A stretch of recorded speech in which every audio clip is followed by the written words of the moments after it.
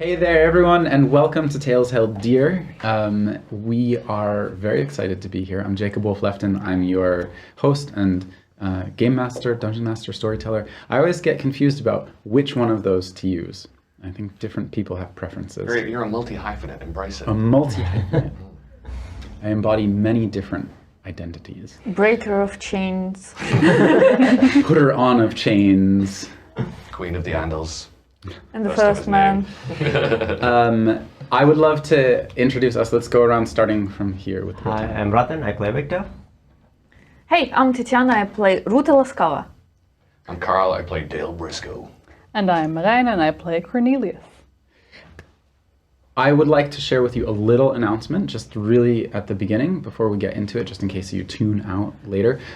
We have a very exciting live event happening on September 30th. It's an 11 o'clock show at Das Improv Festival, which is an improvisation festival. 12 o'clock. Is it 12 Midnight. o'clock? It's at fully at midnight. Midnight, Okay. yes. Amazing. It's fully a midnight show on Saturday night at Das Improv Festival. There's an incredible lineup. It's at the Comedy Cafe Berlin, here in Berlin. And you should, if you're in Berlin, you should get tickets because they will sell out fast because we've got amazing people. And if you're not in Berlin, you should get on a plane and fly to Berlin and come to our festival because it's awesome. Should I drop that? We have one guest confirmed. Yeah. UCB luminary Matt Cutler. If anyone knows who that is, you'll want to see him performing Amazing. live. And we're going to have more special guests joining us. Cool. So it's going to be a great time. It's gonna be awesome. See it.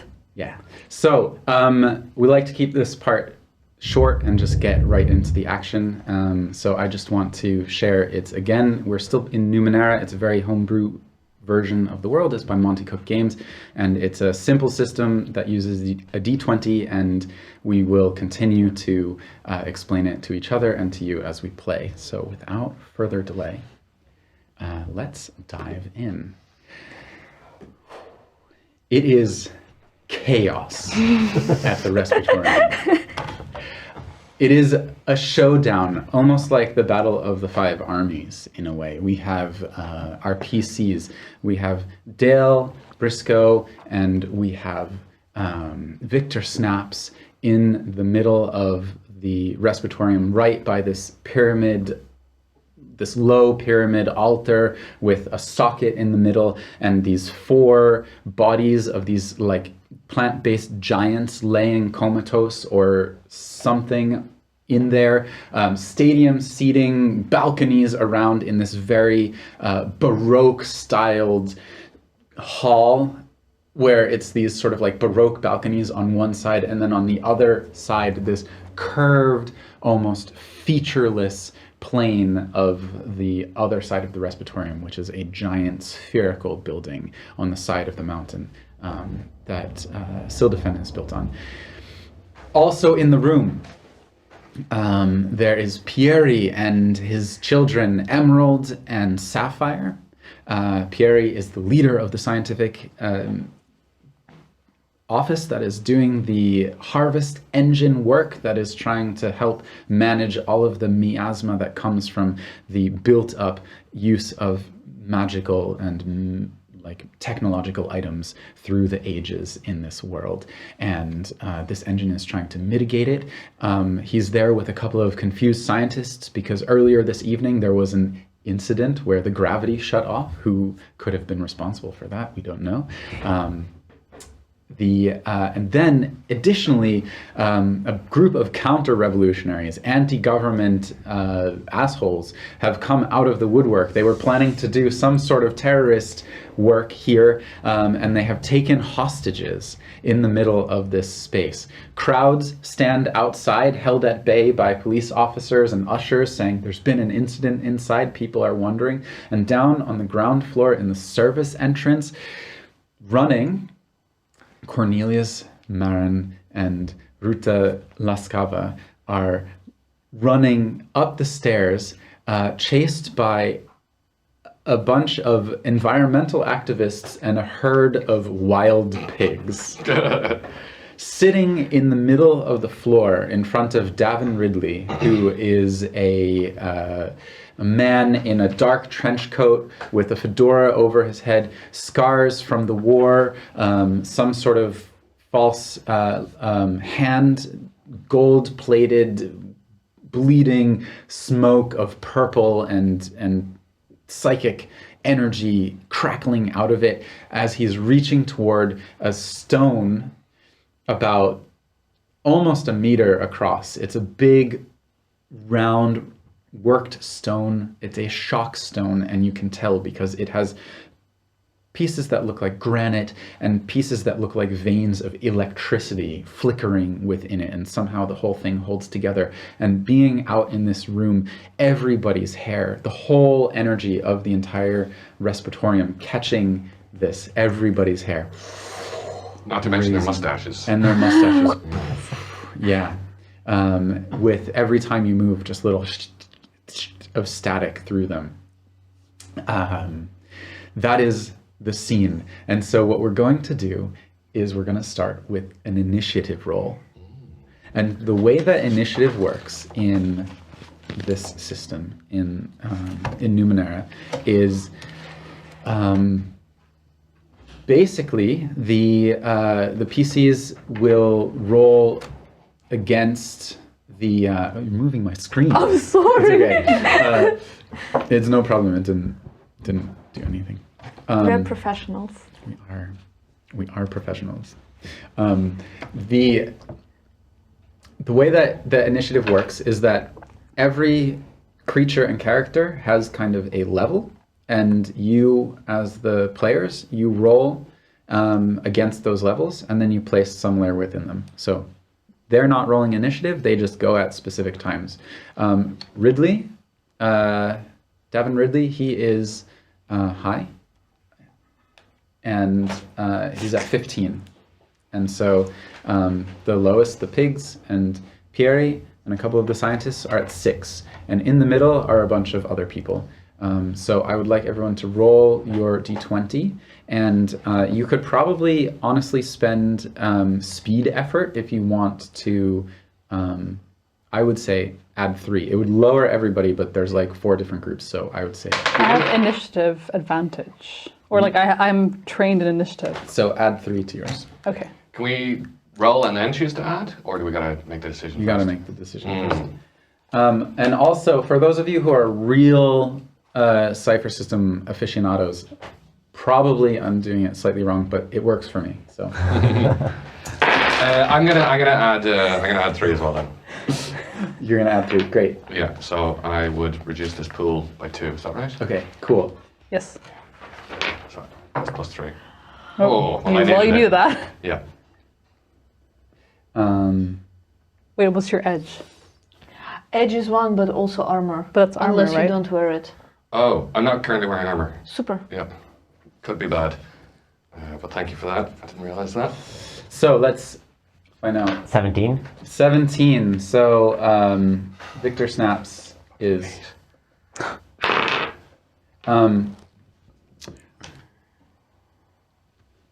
Ruta. 16. Okay. So Victor and Ruta go before everyone. The cool thing about this is it's beyond that, it's imprecise. So you're going before everyone goes. You can coordinate your actions if you want to. You can chat about it. You can be like, we want to do it this way. That's fine. I'm totally cool with that. And the game recommends it. I think partially on account of Dale is wearing like a suit that he's kind of slowly growing out of. Yeah. His initiative is low. He got an 8. An 8. So Even Dale with some effort, yeah. is at 8. Okay. And Cornelius. 13. 13. Okay, so it's gonna go like this. We're gonna go Victor and Ruta, and then there's gonna be a couple of NPCs go, and then we'll go Cornelius and Dale, and then a couple of other PCs.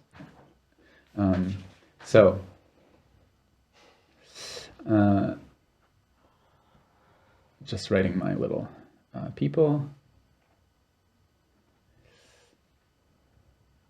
And Victor and Ruta, Ruta, you are running into this room. Victor, you're in the room. You and your friend, Torth Haggis, you've been bound. I think we got out of it. And you got out of it. Yeah. But you hid that you got out of it. Right. So there's a couple of guards who are watching Dale Briscoe with his sword sort of like in that ring of people who have all like these cavalry sabers out, and you've managed to disarm someone and steal it, and now you're like ting ting ting ting ting ting. Okay, right. Hello, people. You're watching this. Yeah. You've got a guy standing kind of next to you, and Torath has someone as well. They think you're bound, and you know that there's also two guys up on balconies who have some sort of projectile weapon up there. And you are watching, let's set this stage. There's this pyramid structure. You're kind of on one side of it, and kind of on the other side of it is Davin and Pieri with this stone. Sure. You can, as your action, you can move that whole distance. That's a short distance. It's 50 feet across to run across to there.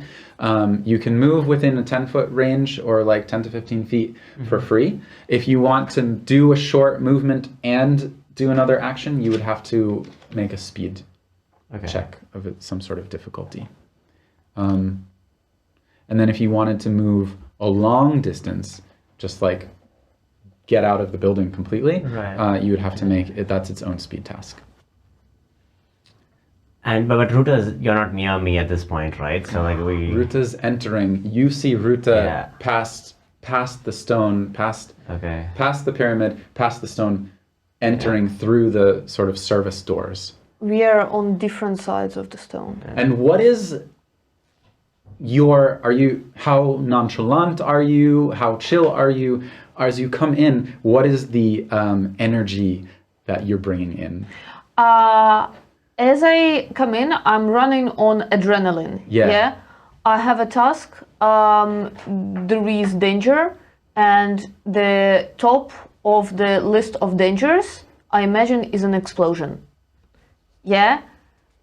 Which can happen if the pigs get to the stone. And the last thing, we are entering together with Cornelius. Yeah. And I know that Cornelius is kind of holding one door, and I know that there is another door through which the pigs can get in. So I'm like running in like full focus, not thinking much. And yeah, these double doors open up, and you can hear the pigs, these like wild pigs, thundering in behind you. What do you do? So I think the pigs are gonna go for the energy source, and I think I need to Ridley has like activated the energy source somehow. So he pulled it out of the containment box that it was in, that was sort of holding in all of this electrical energy, and so the moment he did that, you felt the static just flicker through the room, and almost that that smell of electrical energy just starts to come into your nose. So imagining putting the thing back in the box might somehow like to contain it. To turn it off essentially. So how easy is it to like if no one was there, like how easy would it be to like put it back? The box has sort of like folded open, like and so to put it back together would take maybe a couple people working together to do it quickly. Okay. I don't. Okay, so I think I'm not going to like try and attack the people in front of me. But they don't. They have their backs towards me. I think I'm going to go around to the side where the box is. Yeah. I will tap Torot on the thing and like whisper to like come along with me. Yeah. So you're just like follow me. Yeah. So I'm gonna let him act with you. He's gonna absolutely follow you. So this is your main action is you're going to essentially break free from these guys. They're like, oh wait, and you run across the room and get to the other side. Yeah. And you're there, and there's Pierre, the old man, and there's Emerald and Sapphire, and this guy in his sort of like intimidating look, and he's looking at this stone. He's kind of in between you and the box. Okay, but he's not fighting with Dale at this point? He's not fighting with Dale. Oh, Dale okay. is sort of more on your side, Okay. surrounded by a bunch By of other people. guys, He's- alright. He's like contemplating the orb right now, basically. This guy is contemplating. He's like, finally. Okay. Yeah. I need to tackle him somehow, I guess. Okay. So yeah, I don't know, like, I don't feel like this is going to go well for me. Do I have anything that can help? You have something that can help you? Oh, yeah, that's bad. All right, yeah, I'll try to tackle him, I guess. Okay. Yeah, I don't have my weapon on me, so I'm just going to just kind of lunge at him and try to like push him over, and I guess like hopefully Tonoth follows me with this. What I would like you to do first is make me a speed check. Okay. And we're gonna say it's a difficulty 9 is level. So to run long distance, 100 feet, Yeah. is difficulty 4. I'm gonna say for this one to run across the room and do a full other action. Yeah. I'm gonna give you a difficulty 3 to do this. It's not a huge distance, but you're maneuvering around people. You're running around this side of it. You're getting there. There's a couple of other people in the mix. And so just roll to find out if you're gonna Make it easier. Yeah, I think I will. I'll spend some effort on this. Drop it down to 5, so that makes it a 6. Yes. 10. 10. Okay. You get there, and now Toroth is right behind you. Yeah. He sees what you're gonna do. Basically, he's gonna assist you. Yeah. So this guy's difficulty would be 15, drops to a 12. Okay. Because you have Toroth's help. All right. And this would be a might. This is a might. Okay. I think I'll spend some might on it as well. Alright. So that makes it. I have 3 might left. No. Yeah. And then the difficulty is 9. Yeah. 14. 14. You and Toroth together slam into this guy. His fingertips are on this stone, and there's just this moment. He's like, no! His hat, poof, and this like electrical coming off as he hits the ground with the two of you slamming onto the ground on top of him. Ruta, what is happening for you at this So moment? I'm running in, Yeah. just like on training and instincts. And I run in and I just go to another door and I stick the rubber beating stick of the guards. So, double the- doors Yeah. open up for you to get in the room. There's no, like, you're looking for a set of handles that you can block with Yeah, yeah, this. yeah. Those are in a different part of the room. You're coming through, there is 20 to 30 pigs running up. One set of doors? It's like service doors where you'd bring things on to stage and off of stage. But like one gate. Yeah, and they're big doors. And so you've pushed through, and there's these pigs and these activists coming in after you as well. So I don't see an obvious way to block the door. No. What you do see in front of you, the static hits you the moment you step into this room. Your hair suddenly, you feel almost the dryness in the air of this, the electrical dryness, as like somehow this proximity to this stone drives the moisture out of the air, not in like a desiccating way, but in an electrical sort of way, and the air is charged. You see Pierre, this old man. You see Emerald and Sapphire, who you've met before, I believe in passing at least, through your association with Cornelius. You see, as you're stepping into the room, you see Victor and someone else running alongside with Victor, slamming into this trench-coated guy.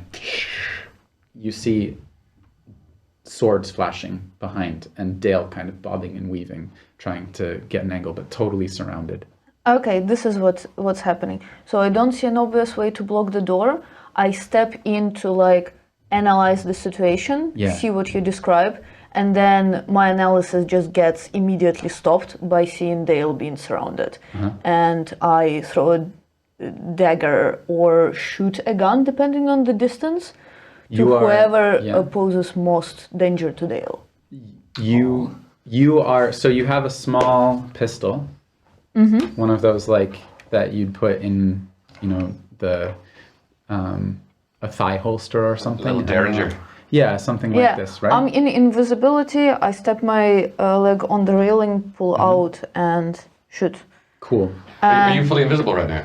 I will stop being invisible as long as. Cool. I think. These people don't even see you. Dale has a collection of like 4, 5, or 6 people around him. One of them is on the floor who has been disarmed. You can shoot into this. I know that this is an irrational action, but this is just something that Ruta does in contrary to like the rational line of things. Do I see her do this? Not yet. She's invisible. Yeah. But it's not like D&D Invisibility where when you attack you become invisible. Is it? This is exactly what's gonna happen. Okay. You're gonna see me when the shout. Okay. That is yeah. Just as a note, these people are at a difficulty 9. And so if you wanted to spend...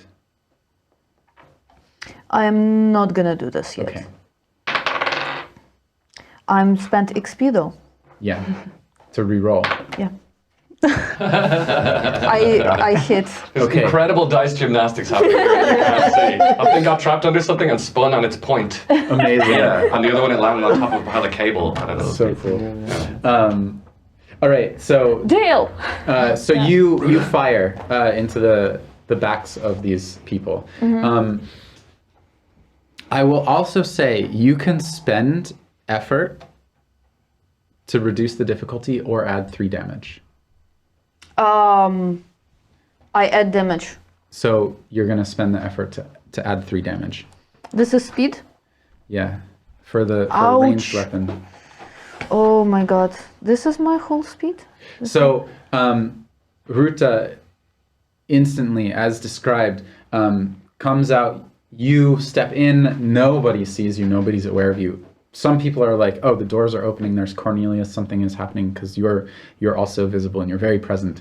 And then there's this of a gunshot going off, which is, guns are prevalent, but people fight with swords as well.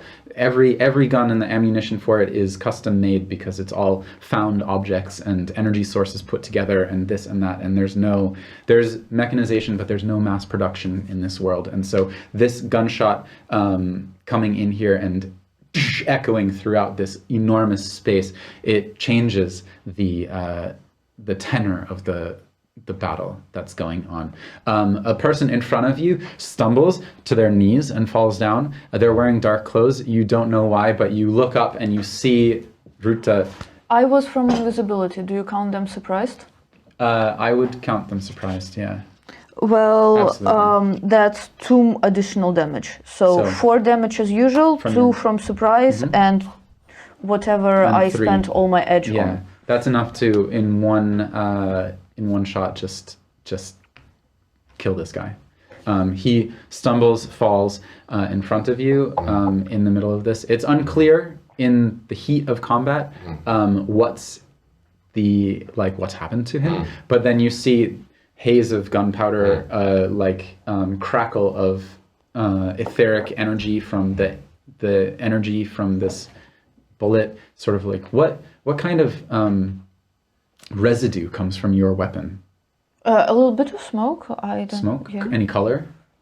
I don't think so. Okay, just it's a functional weapon. It's a functional small handgun, and this person is collapsing in front of you, and you see across the way, you see Ruta just aiming directly toward you. How far is she? She is just like outside of short range. She's just past 50 feet. Okay, I just kind of lock eyes and like... People turning to look at her. In this moment, Davin Ridley is pinned on the ground with you guys. We're gonna move over to that. This also happens next to you. You become aware, Ruta's right next to me and a gunshot has just gone off.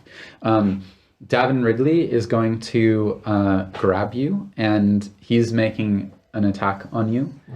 So I would like you to roll me a speed defense in order to avoid this sort of crackling fist that's coming down onto you. 16. 16. That does it. He swings at you. You instinctively reach for your nano shielding ability. You have this ward that's ever present, and in this moment with this defense, the glancing blow, you can feel the sort of the psychic energy coming from his fist as he's trying to pound both you and your mind at the same time, but he is unable to get you off of him. You watch Emerald grabs their father and pulls them back from the stone. He is protesting. He's saying, "No, I can't. We have to put it away. Everything is in danger. We have to save the experiment. Everything I've worked for." And they're pulling him away. And Sapphire hikes up her dress. She has under her boot a prosthetic leg. She reaches into her prosthetic leg and pulls out this sort of like faintly glowing blue stick. Hot. Also glowing.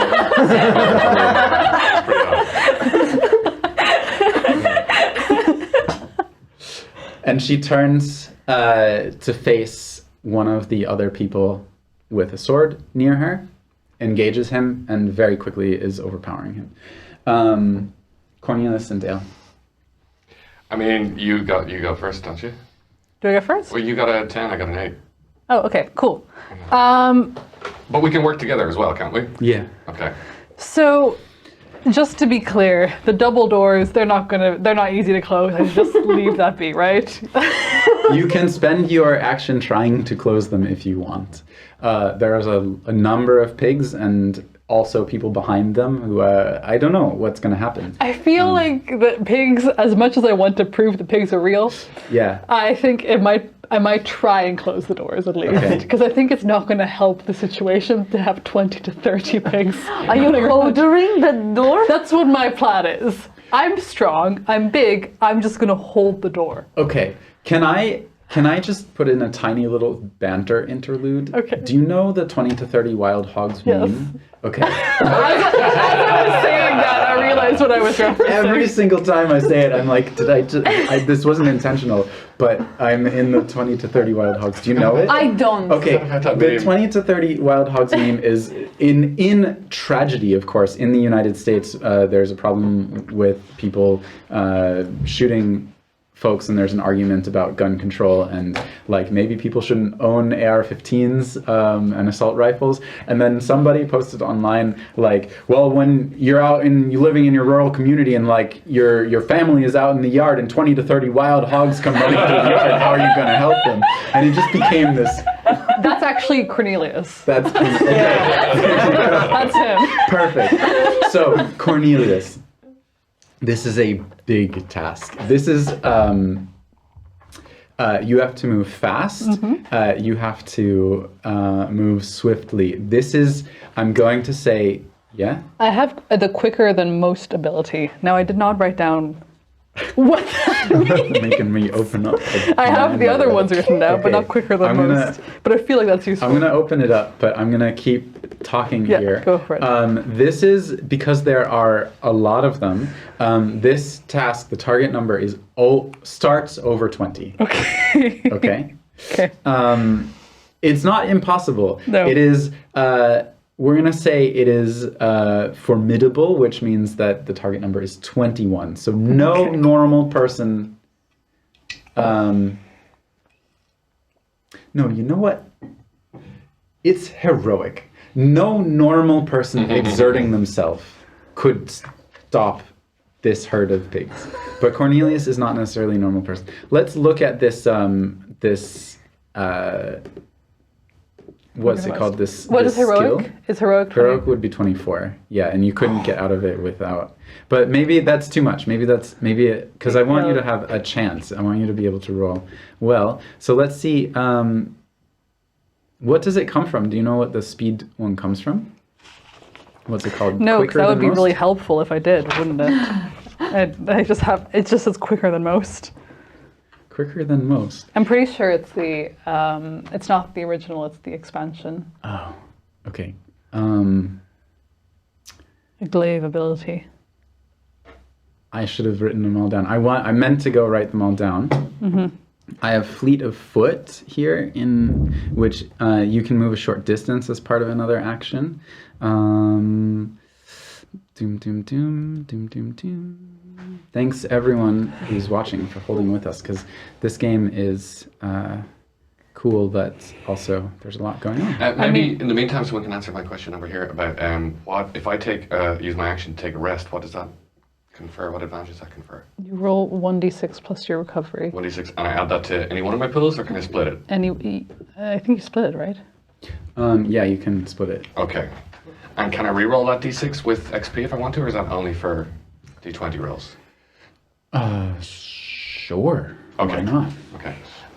Because that was kind of my plan for my turn, because I'm not going to be able to take on all these dudes I'm surrounded by, so I was going to maybe like whip my jacket off and take a couple of deep breaths and steel myself, because I'm running out of hit points. We're gonna do it this way, because I don't know where to find it. We're gonna say that I think quicker than most is probably an initiative thing. Honestly, It probably gives you some sort of. That makes sense. That might be where your training comes from in initiative. However, I'm gonna say that this also is going to allow you to make a chance at it. So if you spend, it's gonna be a 21 target number, and if you spend effort on it, I will. it'll drop down to an 18. So I have to spend my speed? You have to spend some, I'm gonna say might effort. That's perfect, Yeah. actually. Okay, so I drop that down to 16. Because it's also strength. You have the speed Yeah. to do this, because you are quicker than most. Okay, so I've dropped down to 18. Yeah. Wow. We're in it now. But with gradations, if you get close to 18, you may stop some of them from coming in. If you get really low, you won't be able to hold it. If you get over 18, you will stop likely all of them. Okay. Well, let's roll. Dale can help with a few hogs. You know, if a few of them get in, I can probably. Yeah, we're count doing them. our best. Yeah. We're trying to minimize the hogs. Yeah. 12. 12. Okay. You want to reroll? Yeah, you've got 4 XP. I'm gonna re-roll it. I'm gonna re-roll it. Why not? 18 is a tough target.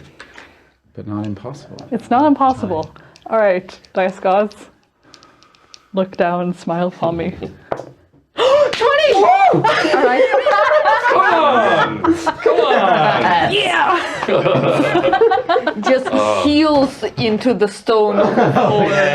Just, okay, so for this moment, you get there, you grab the doors, you slam them closed, and you feel doom, doom, doom, doom, doom, doom, slamming onto it as you're holding this closed. It is a major effect to get a nat 20, so you are able to stop all of them. You are able to, there's no clear way to latch this door, but with your nat 20, you are absolutely able to stop them for this round and possibly the next one even. You get the door closed, you get some sort of latch mechanism onto it, and you can see it bounce as the first wave of these animals hit. And you hear shouts behind him like, "No, close the door, no!" We thought you were our friend. From the activists, from Victor's followers, actually. I think it was the 20 that got you to like them trust you so much as well. Yeah. It's all part of the plan, right? And now, Dale. Okay. So how many dudes am I facing with swords? There are, I said there were a dozen of people, hang on, but not facing you. So there were, one you disarmed, and he's picking himself up, but he has no weapon. Another one is down, so there's 10 left. There's 5 in front of you. There were 2 with these guys. That's 7. There's 2 up there with weapons. And then there's 1 up front with Davin Ridley and the stone. Okay.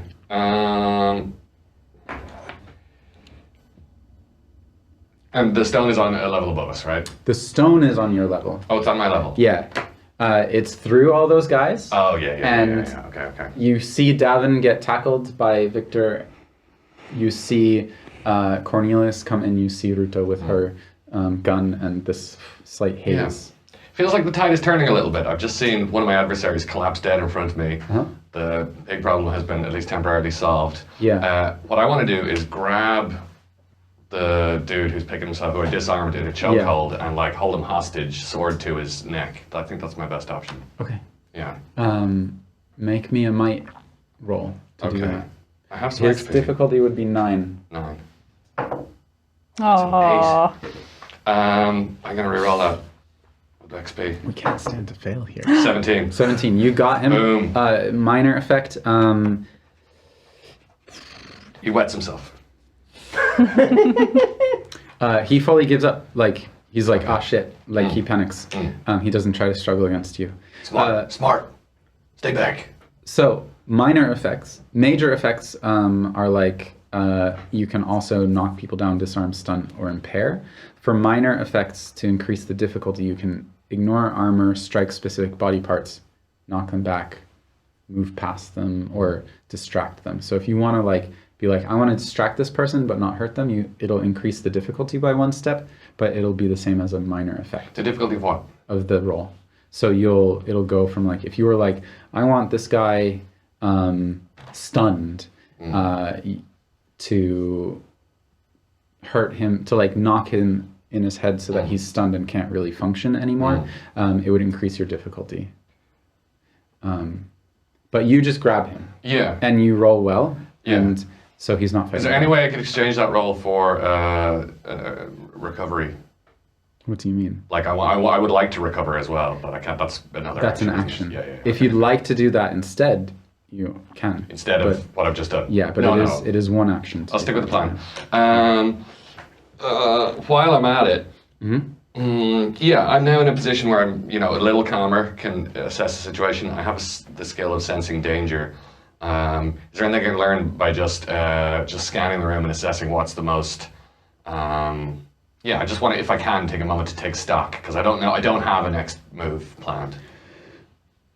Just take stock. I think in this moment, what you see on the surface, because you're not taking a moment to step back, you're in the adrenaline, you're grabbing this guy, you have a sword out, there's these guys pointing weapons at you.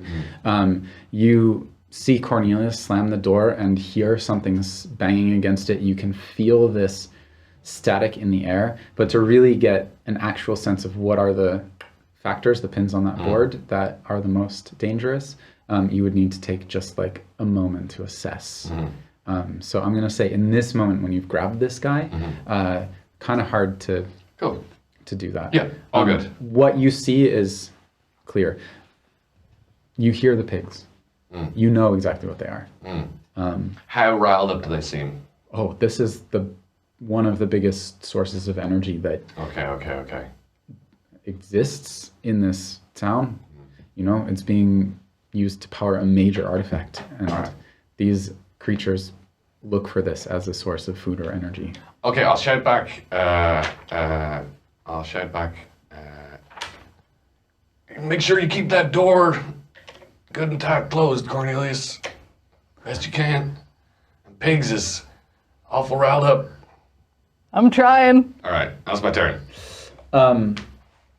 Amazing. Pierre tears away from Emerald. No, we can't. And he starts going to the box and trying to control the box and like assess is the stone damaged, and start to put the box together.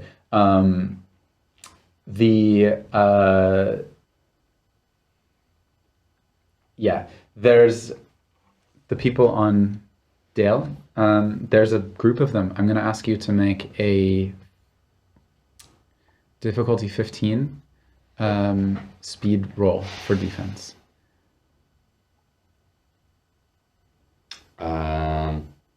Okay. This could be bad. Yeah. Oh, 15 on the nose. 15 on the nose. These guys swing at you, Yeah. and you parry and jerk around, and this guy in front of you is like, whoa, whoa, whoa, no, can't, don't. And they're like trying to be really careful not to hit him. And you manage to avoid getting stabbed. Cornelius, you slammed the door. Ruta, I need you to make a speed defense roll. Does it help that I'm in armor? No, that soaks damage. 17. 17. There's a gunshot, and the sort of like decorative column at the side of the door where you're standing with your gun explodes as someone on a balcony fires at you with a larger caliber weapon than you have. So it's Okay. they have a rifle up there, and they're at a longer range. So just they've got range on you also. There's another gunshot. And we're going to go back to the top to Victor and Ruta. Right. It's all kicking off. So Ridley is on the ground, but I guess if I get off him and try to get to the box, he's going to grab me and stop me. Yeah. Right. So is Torath also holding him down? Torath is trying. Okay. It's sort of taking the two of you together. He's strong. Okay. You were a soldier, but you were sort of like a scientist level soldier. Yeah. And he clearly has had physical combat experience. And so it's taking the two of you together, and he has this weapon, this prosthetic hand that is leaving these trails of like purple psychic energy, and every time it comes near you, you can feel this humming in your head, and it's all that you can do with your nano abilities to just deflect that. Okay. I think I need to somehow more permanently disable this person, and I have no weapons to do that. Yeah. So the one person who seems to have a weapon who's nearby is Emerald or Sapphire. Sapphire. Yeah. Can I ask her to throw me the sword or to somehow help me? Yes. She is engaged in combat with someone right now. Yeah. And so what I would say is you could make another might roll to try to set up. So basically you've tackled this guy to the ground and you're trying to haul him around so that she has a chance to strike him. Yeah. Okay, I think I'll do that. I can't spend any effort on this, but I will. You have advantage because of Torath. So it is a 12. 16. You haul him around, rolling on the ground. He's grabbing and gripping everywhere his hand, in the carpet, this nice carpet on the floor. Every time his hand rakes it, it leaves these steaming, burned tracks in the ground, almost like claw marks. And he's struggling against you guys. But the two of you together are managing to overpower him. Ruta. It's too much. It's a lot of things. So we have a sniper with ranged weapons. 2. We have 2 with ranged weapons. Yeah. Gotcha. Then I'm gonna charge forward. I am going in the direction of this situation. Yeah. Am I passing through that situation? No, that is on the other side of this pyramid. So we have a pyramid, and on this side we have Dale and a bunch of people, and on this side we have the stone and Victor and you and Cornelius, and over here coming in are the pigs. Not coming in. Okay. Fuck. I will. How is Dale's situation looking? He has grappled someone. Yeah. Okay, I'm gonna run towards this situation. What would you like to do? Take the glove off the hand of this guy, of Ridley. It is his hand. It's not a glove. It's a prosthetic hand. So you want to grab it? Is there an obvious? Pierre is trying to turn off and close the stone back. You look at him. Yeah. I said there was another gunshot in the room. He's sort of stumbled and is leaning hand against the stone, clutching himself. It's too many things. It's a lot of things. It's a lot of things. It's a lot of things.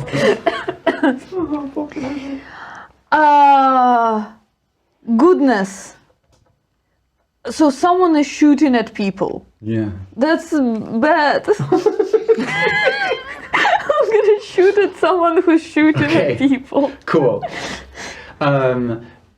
They are up. So you have a small weapon. Yeah. They're up on a balcony, a little bit out of convenient range. So their difficulty is going to be 12. Can instead of I 9. run forward so I'm more at convenient? Problem is, if you run forward, the angle on them on the balcony gets worse, and so then they have more cover. Okay, I'll just do that. What's the Your- difficulty? It's 12. Aye.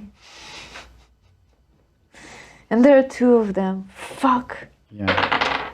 17. 17. You hit. You fire. You watch the guy jerk back behind the cover. In like, and you're pretty sure you landed the shot on him. Okay. It's 4 damage, right? Yes. Okay. Cool. I don't think he was surprised he saw me. No. One of them was shooting at you. But I also want to move forward. And you can move forward into the melee, basically? Yeah. Okay. How many pieces of ammunition do you have? 2 left. Cool. Welcome. Love it. Yeah, it's a small gun. Beautiful little piece, probably, right? Yeah. I keep it right here.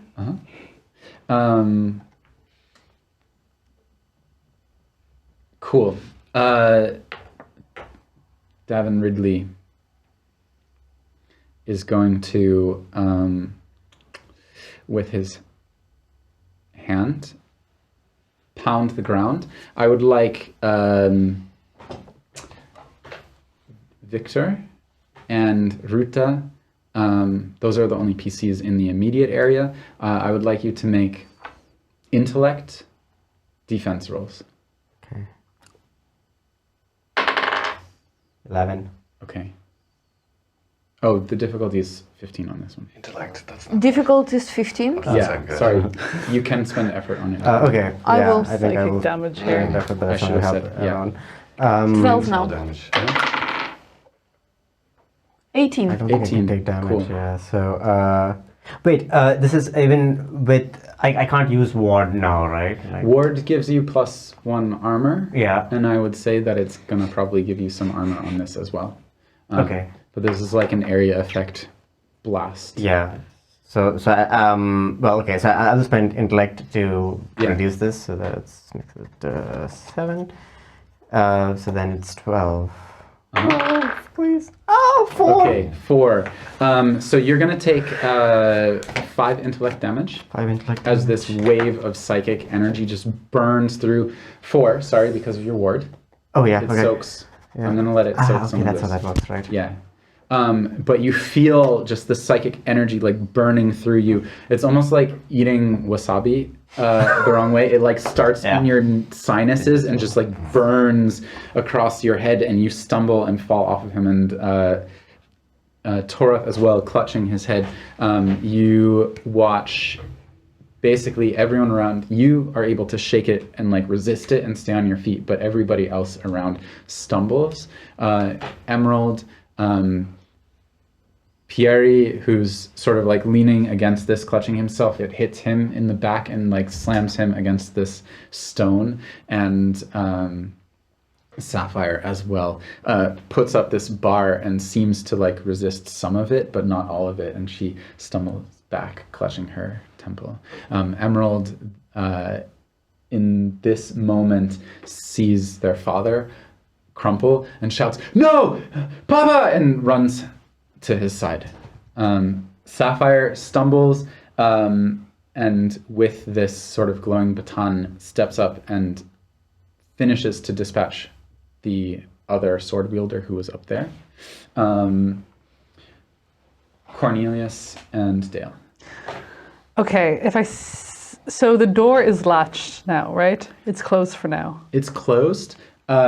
You can hear the activists on the other side starting to press against it and use not their sort of like, not like the pigs slamming themselves against it, but use their intellect to try to figure out like, how do we open the door?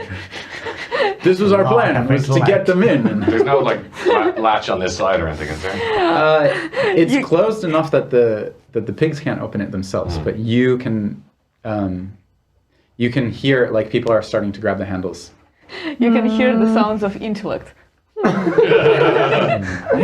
on. But the thing Everyone is, be quiet. no, Let me when- think for a minute. Okay. I kind of look at the door and then I look at the situation happening with Yeah. Emerald and Perry, and I'm just like, no, I gotta deal with that. And I want to run to Ridley Yeah, and take my sword and just you're gonna attack him. attack him. Cool. Does that not mean running through all the lads that I'm engaged with? No. Oh, they're on one side, aren't they? I Okay. also kept thinking that. Yeah. I have a different mental view, I think. Okay, yeah. I don't know. You're on this side. Yeah. There's this pyramid, They're on that side. Okay, Yeah. I thought we were So- beside each other. and no. Cornelius came in with Ruta. Everyone else moved over to the other side of the battlefield. Okay. The thing is, you are at an angle. No, the snipers have a really bad view on you. So, And also, I've got a hostage. and you have a I'm hostage. good. Yeah. Good. Okay. Also, unrelated to anything, but I realized that my name is Dale and my job is rescue ranger.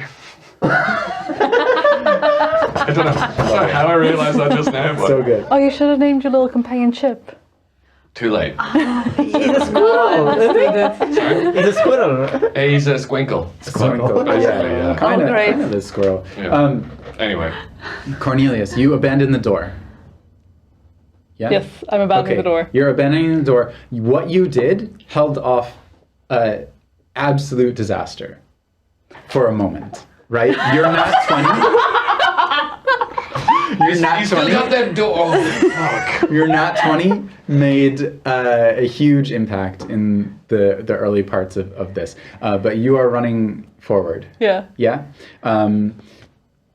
You're going for Ridley. I'm going for Ridley, yeah. Okay, with sword out. With sword. Okay, go for it. His difficulty starts at 15. Okay, I'm going to use my might to get it down. Uh-huh. What's your might at this point? 14. Oh, wow. Okay. I got a might. Yeah, you are... I got no intellect. I'm all muscle, no mighty brain. boy. Yeah. So that drops it to 12. Okay. Do you have skill or training with your weapon? You do extra damage because you're a glaive. Yeah. Yeah. I have an acid on melee because of aggression. There you go. So it drops it down from 12 to 9. Hell yeah. Okay. So you aggressively come in. Ah! 9. Exactly. Okay. You just slam into him, cutting deep. He puts his arms up and like puts up this sort of, attempts to put up some sort of psychic shield, and you carve through it, and you slash deep into him. He stumbles back. How much damage do you do? 5. 5 damage. That's kind of smart. Things are going poorly for him here. Good.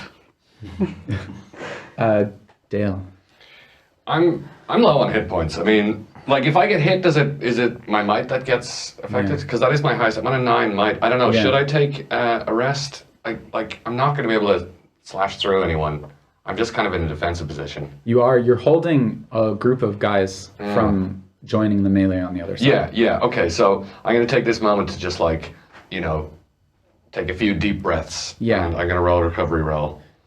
Awesome. It's D6. Uh-huh. And then do I add it to 1? I think you can distribute it Okay. if you want. So it's this plus nothing? It's plus, it should be plus your level, Oh, which is 1. which is 1. Okay. 5 total. Amazing. 6 Okay. points. No, So you- 5 total. 5 total. Okay, so you can put 5 into distribute it however you want. Yeah. And then the other thing I want to ask you to do is just make a difficulty 6 roll, just to keep their interest in you. It's sort of a bit of an intellect task of like charisma and intimidation, and you have a hostage, and you're sort of like taking a moment to center yourself and making none of them feel like, okay, I can just walk away and go check out what's going on over here. I'll fucking do it. I'll do it. What's my target here? 6. 19. 19. Okay, these folks are laser focused on you. I'm fucking crazy. Okay. All right. I'll distribute some stuff here. Yeah. What's happening at the door that was just abandoned? Does it look? It looks like people are fiddling with it to Okay. try and open it. And I didn't want to check in on Ruta. Can I still see Ruta?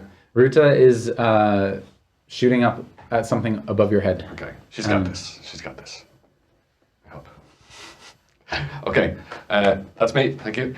Pierre collapses to the ground in front of in Emerald's arms. Gunshot wound, psychic blast. Emerald is looking a bit rocked. There were a couple of like aides with Pierre who've been pretty useless to this point, but are grabbing the sides of the box and starting to trying to put it together. At the very end of the round, the door opens, and you see a bunch of guys looking in, who are wearing just sort of like workers' clothes, these like loose linen shirts and breeches and like Which door, sir? suspenders. The door at the back where the pigs are behind. Oh. They open it and they're like, "What's going on?" And they see like blood and fighting and all of this Close the door. and gunshots, and they're just like, "Huh?" And then pigs storming in behind them. I'm gonna offer you. Sorry, I'm gonna. This is sort of an intrusion. Okay. I should have offered you experience points for this. Offer you 2 experience points Okay. if you want to take it. You could spend an experience and be like, I want something different to happen here. But I should, as the Numenera system encourages me to, whenever I pull something like big and sort of like Deus Ex Machina-y, I give you the opportunity to benefit from it. Mm-hmm. So I would offer you the experience, or you can pay me an experience to not do evil shit. I'll take the experience. Great. And then distribute 1 to someone else. I give one to Dale Thank you. as an apology for the Yeah, so that was an intrusion. It's a Got the start. order of the intrusion a little wrong. Yeah. Wait, the intrusion was that? Yeah. Okay, cool. They open the door and they're like, "Duh, our prank!" What the fuck? Oh shit! What's going on?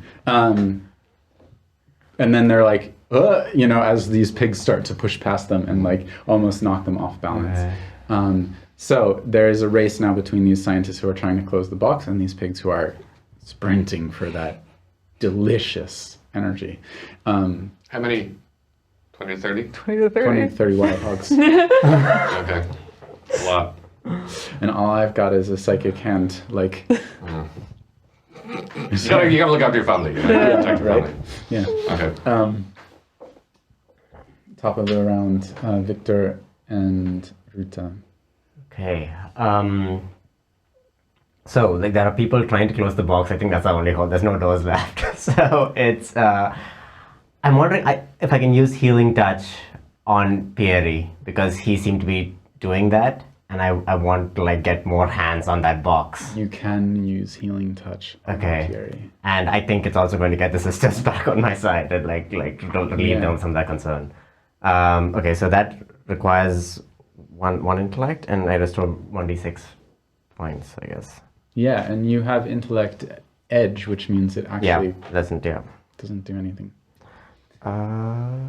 Wait, so but it's a difficulty 2 task, and it increases each time. Every right? time you heal someone. So first I decide whether I can do it. 5. I will reroll that.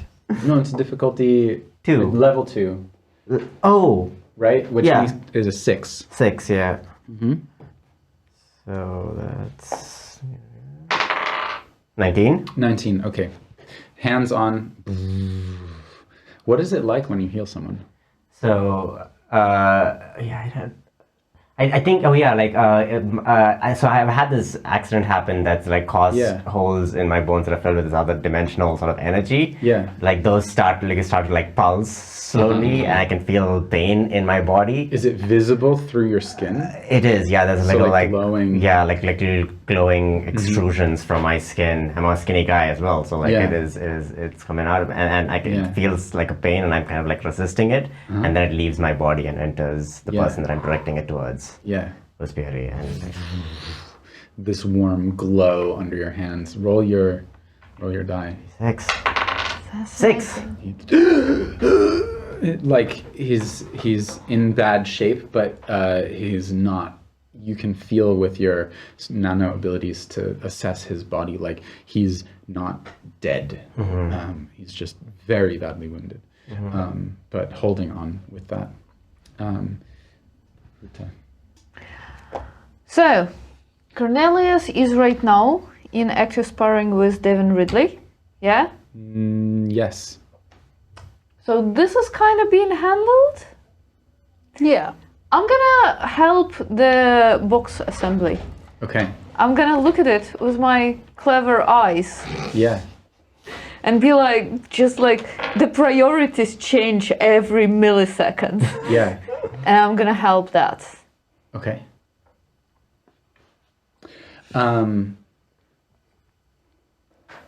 Make me a.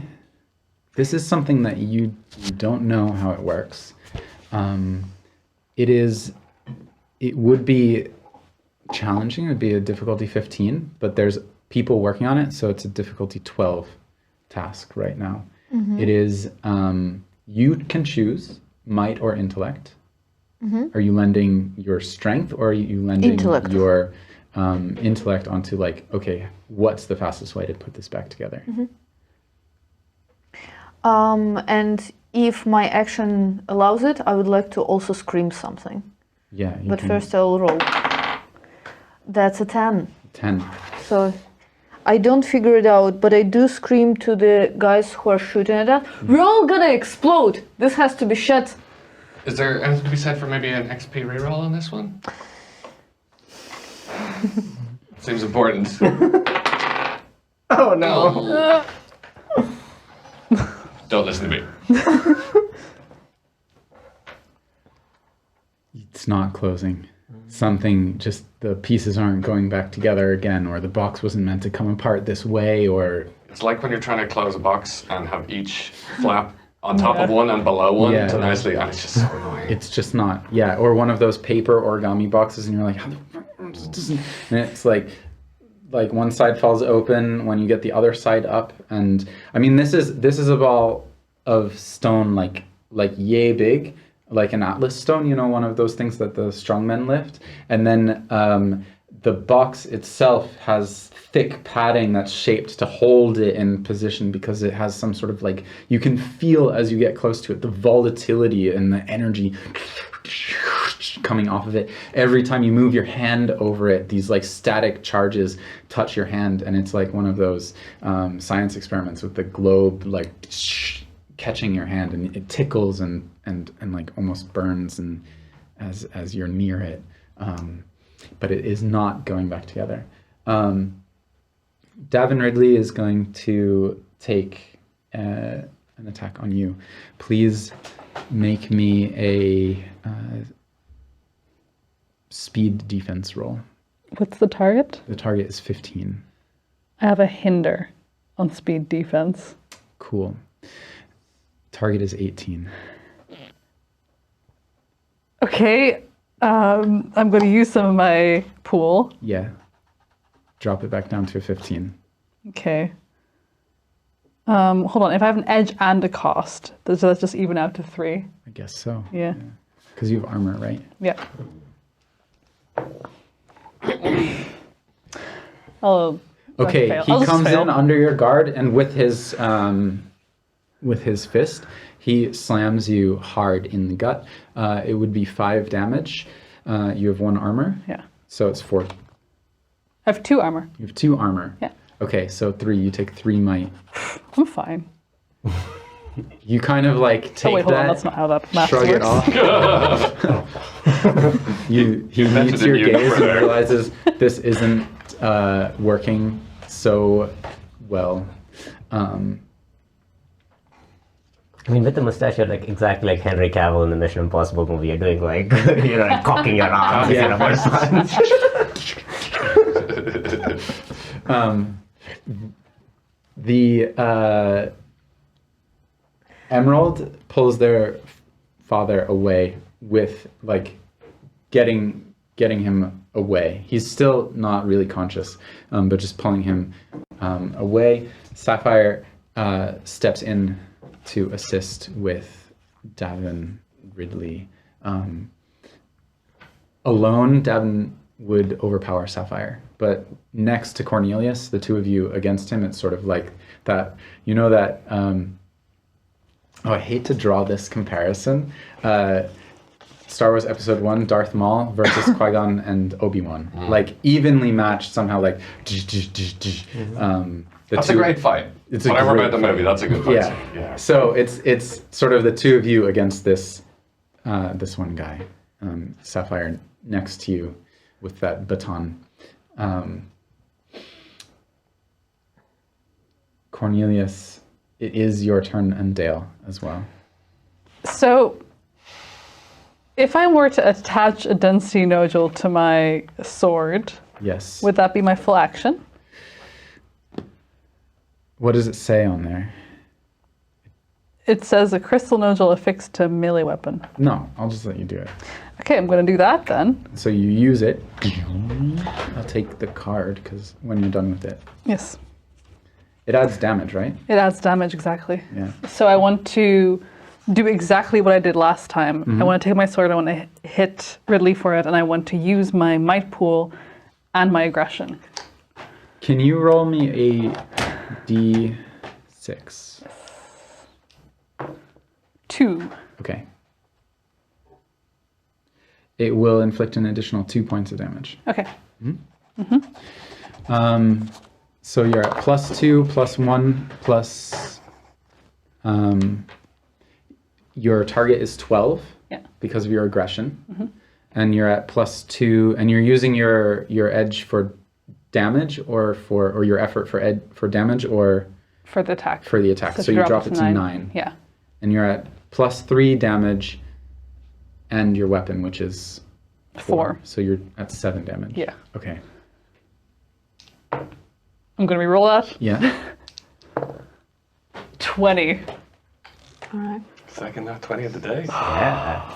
It doesn't cost you anything from your pool for a nat 20, Oh. and you get +4 damage. Oh. That's so cool. So I can go back up to 11 on my pool? Yeah. Okay. I'm looking at special rolls. +4 damage or major effect, knock down, disarm, stun, or impair, and no pool cost. So there you go. Nat 20. What does it look like as you overpower him and like get in with this excellent blow? Is it possible for me to just try and cut off his hand? In exchange for the extra damage, Yeah. you can disarm him. Okay. Literally. I'll take it. Okay. Yeah. So it's Cool. he Doing more Star Wars by the minute. It's so good. He puts his hand to block you. You're going to do your normal 4 + 3. You would have done an additional 4 on top for 11, but instead you focus on this terrifying hand that's just dragging psychic energy through the air. It goes up to block your blow, and you cut under and you hit the wrist and just... And he grabs his wrist and screams. It's over, Ridley. I have the higher ground. The weight of the blade from that gravity stone, you feel it come down and just take his arm off.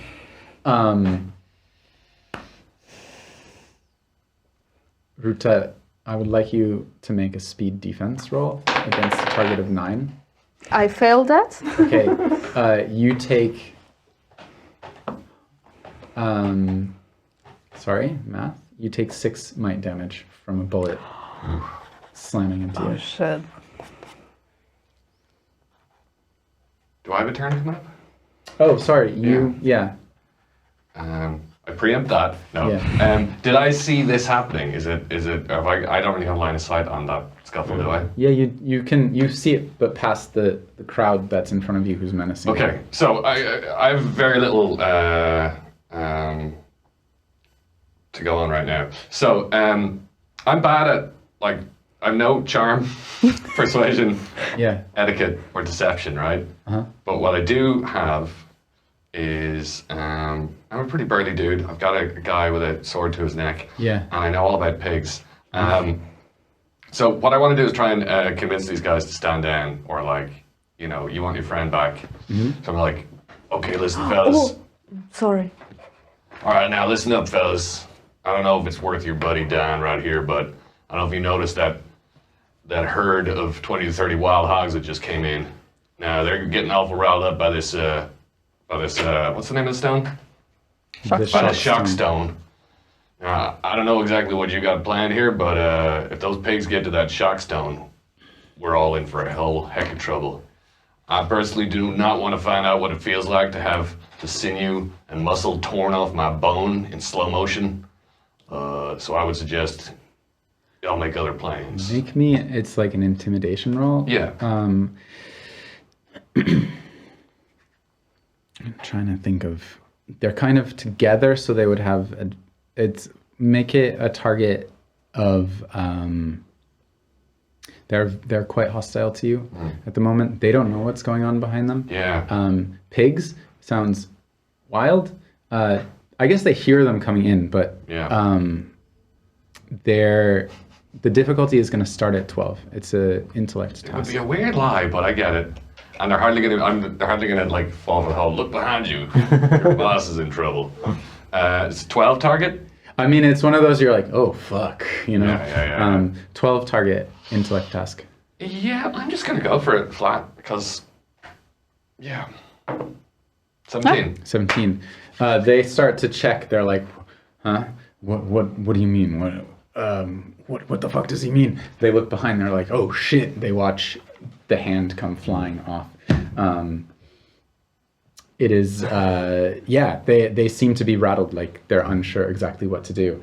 And so they're starting to stand down. Like, well, let him go. Maybe we should just get out of here. This has gone wrong. You stand down and I might let him go. They start to talk with each other about this. There is that gunshot against you. Did my armor take any of that 6 damage? One of those. Did you count that already? No. Okay. So you get 1 point back. Well, that's twice as much. There is 2 might, 2 speed, 4 intellect. Fuck. Oh my god, You're getting Ruta. peppered with fucking bullets here. Jesus, I thought I was doing Rita's that. had a rough day. Have you done any health? I'm on death's door. Have you done any healing? You know what? You're kind of like leading the box effort right now. I'm gonna ask you to make another speed defense roll against the other sniper. Okay. That's a 2. That's a 2. Okay. That's gonna be a next. I don't want to die right now. You won't die. I will die. I have 2 might. That's an 11. Okay. And that's 0 XP left. 0 XP. The bullet hits the it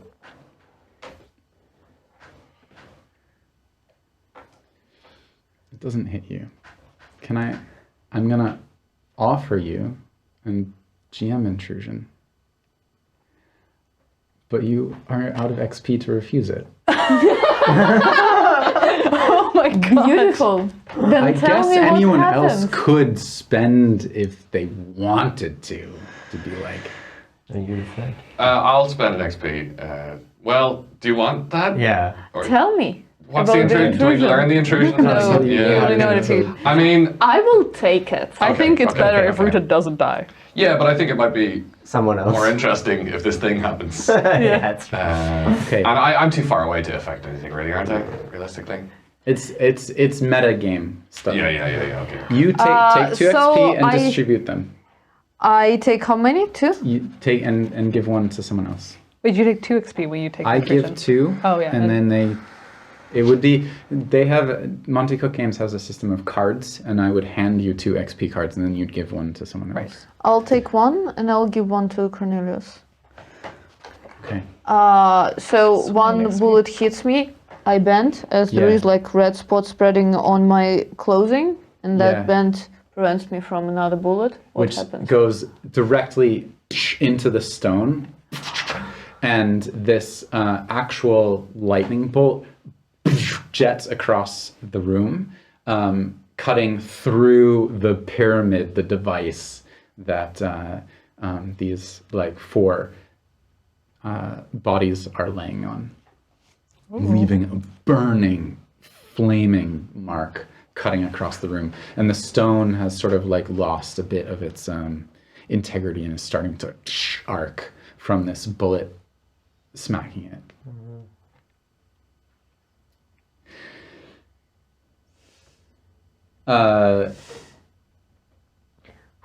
The pigs come thundering in. And it is Victor and Ruta. This is going to be you in the box against a herd of pigs. It's a formidable task. No person would actually be able to accomplish this and close this box in time. But you guys can spend effort to try to close it, so it would be a 21 difficulty. Each of you has the opportunity to spend effort, might or intellect. There's no other way to turn this off. I mean, you're closing the box. You're at the box. You've spent a turn working on it. Yeah. And it is chaos here. I can't believe this is all coming down to like successfully closing a box. I didn't anticipate that. Yeah, well, I love it. I'm gonna yell and wake up Yeri. He's unconscious. You have here. It's a 21. You're skilled in working with Numenera, Yes. so that automatically drops it down to an 18. Okay. You can take it. One of you. There's 1 intellect task and 1 might task. Okay. Do you have the ability to spend effort Yeah. on might? No. Do you have the ability? I can spend the effort on both intellect and might, but it drops me to a 0, which I can do. You can do. It just to drop down to 0 means that It's fine, ignore it. okay. To drop down to 0 means that things take effort costs 1 extra point per level. Rolls of 17 up only deal +1 damage. You don't get like critical successes. Yeah, I feel like this is the last roll, so Yeah. I might as well try. So yeah. you drop it down to a 15. I would like to spend intellect Yeah, edge. yeah. To drop it down to a 12. God. Okay. Yeah, but like this is the. I'm just thinking. Using a cipher is also an action, right? I can't. What ciphers do you have? I have a rejuvenator, which an adhesive patch that activates when slapped. The substance restores a number of points equal to the cipher's level to 1 random pool. Yeah. That would be an action to apply. Could. You could do that instead of affecting this roll, but you have a great impact on this roll. Yeah. No. No. I think I'll just roll for this then. Yeah. So 15, right? It's 12 now combined. okay. So I guess choose which one of you wants to lead the roll. Between the two of you working on it together, because you go at the same time, you drop the difficulty of this down to 12 as you're closing the box. So like, which of us rolls? That's up to you. Oh. Okay. Roll it. Yeah. Okay. Let's go. 6. No, 9. That's, well, either way. I'm going to spend an XP. I have Yeah. a bunch of these. So. Oh, come on. 11? It's a 12. Wait, can I spend? I can't. There's only 1 XP, right? I can't do this once more. I've never seen anything that says you can't spam XP to do it, but it seems lame. But here's what I'll say. Yeah. You are getting the box closed with an 11. Yeah. Everyone working on this together. One pig. Just like, you're getting it closed, and one pig just jumps in there and like, takes a bite of this thing and leaps out in this lightning sort of like pig roar as it gets just fully over energized and turns into this almost like rolling ball lightning of a pig just exploding out of this. But beyond that, you get the box closed as the rest of the swarm hits you at the 11. So now there's this lit up pig. This pig is lit. Davin Ridley grabs something in his pocket. He stumbles back, just clutching his arm, blood just like spurting out of it. The psychic damage of being disconnected from this thing, like his arm is like smoking purple black smoke. He pulls out a device from his pocket and clicks a button on it, and you watch him go turn into shadow and melt into the floor. I should have tracered him. I was gonna tracer him, but I'm like, no, we got him. We don't got him. He's gone. Fuck. I wouldn't have reached him with a trade. I couldn't have got him with it. We got his hand. The Emerald Short range. I wouldn't have got him. Yeah. is tending to their father. Sapphire is standing there with you, like,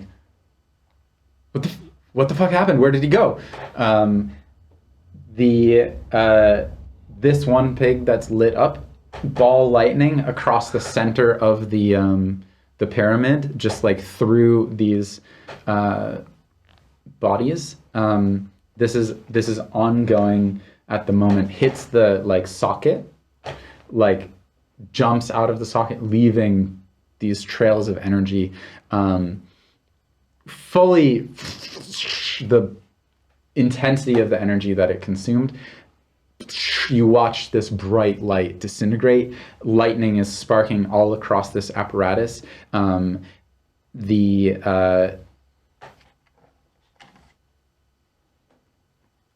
guys who are holding their weapons are like lowering them, like, he fucking left us. He fucking left us here. The bodies on the platforms like shudder and shift as this lightning hits them, almost like it's activating them. Dale and Cornelius, I'm going to give you one more action before things start to resolve here, but you can take a moment to try to do something. There's these guys who are sort of putting weapons down. There's still two people with long guns up on the balconies. Mm-hmm. This box is getting closed. The place is being swarmed by pigs. There's these activists in the back of the room being like, what the fuck is going on? Maybe this was a mistake. Yeah, maybe. Should we get out of here? I think so. Let's just, how did we get in here? And they're starting to like try to back out of the room.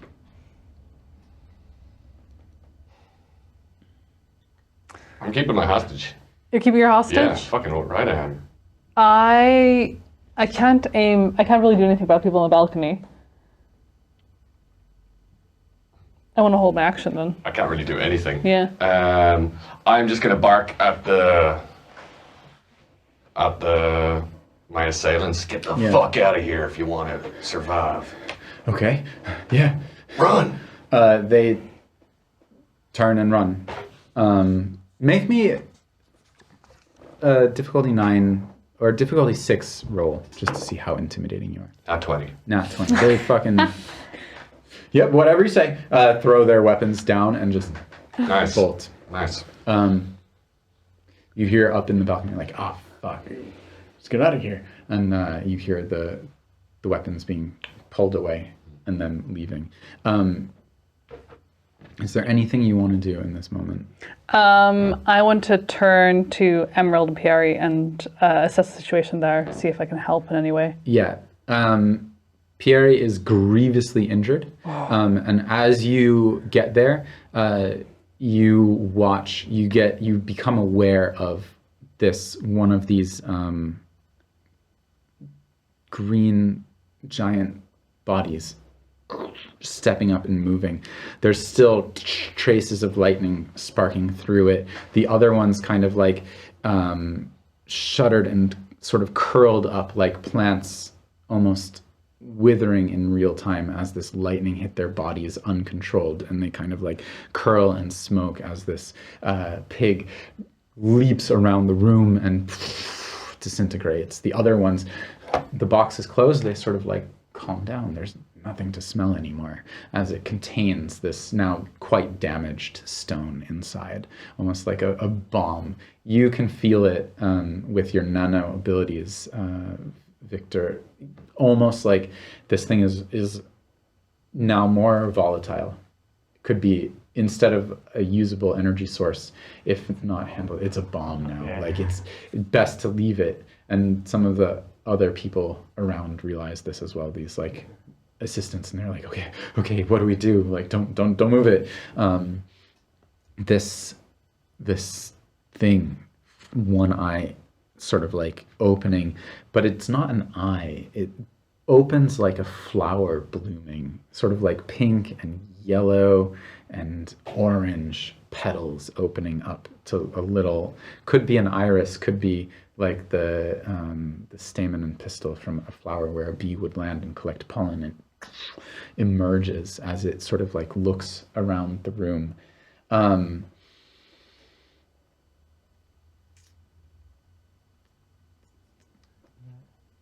You have the most sort of psychic sensitivity of people in here. So it kind of lumbers toward you. You can feel this presence of mind enter. This cloud of sort of like pollen releases from the eye, flows in, and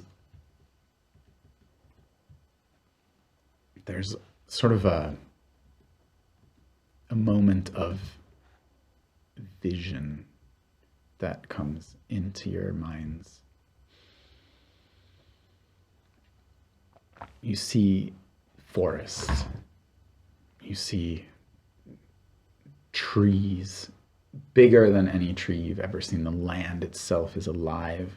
The trees they're not trees, they're people you know. Feeling of community, of crowd, of roots coming together, branches reaching out, catching the sun. This is your town, your people. You're in the mind of this entity. You have this image of roots reaching into the earth, just like your feet in sand, feeling the sand at the edge of a beach, the waves crashing over and burying your feet in this cool surrounding earth, and then touching something hard, different substance in another construction from another time, another age. The roots slowly over time wrap around it and gently extract it and excavate it from the earth in their own way. Plants grow around it, seeking vines, working to understand it, find meaning. What is it? There's energy in it. Is it useful? Can we activate it? Can it bring us prosperity and growth, make us stronger? Can we incorporate it in our process? A root gently finds a roughness in the outer shell and peels it back. Something releases, almost grasping fingers come out, black, oily, peel the shell back further. The roots touching it withers. Pain, poison, pestilence coming through the forest. Fire, destruction, Armageddon. Work to contain it, rebury it. Something buried long ago that shouldn't have been emerged and brought up again. It's a story alien and yet somehow familiar to your time as well. This creature does this. You get a name or a feeling of it. You are in this moment of connection as it's sort of standing there, this energy coursing through it that's brought it out of its stupor of sleep for who knows how many hundreds or thousands of years.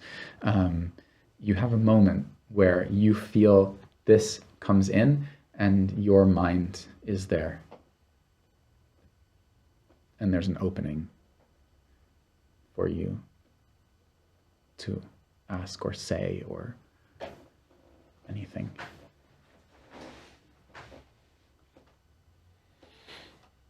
I think my first question to the creature would be like, what does it need in this moment? To preserve. You get a feeling of where it is right now, lack of connection to the ground. It's not rooted to anything. It's alone. And it knows it's alone, and it preserved itself to try to preserve, to continue this task of preserving from the mistakes made that came before.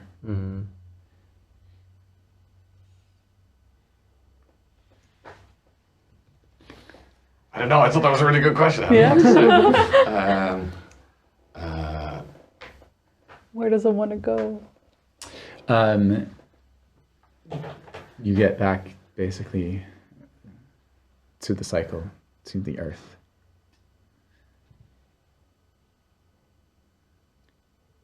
You're aware, you have like a split consciousness. You're aware of the exertion that it's putting out.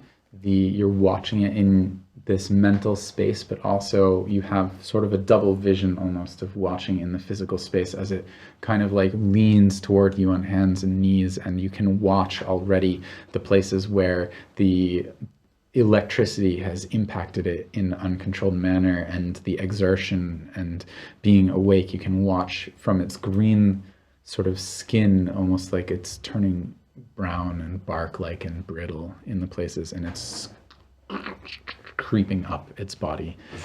Before you go, is there anything that you want us to know?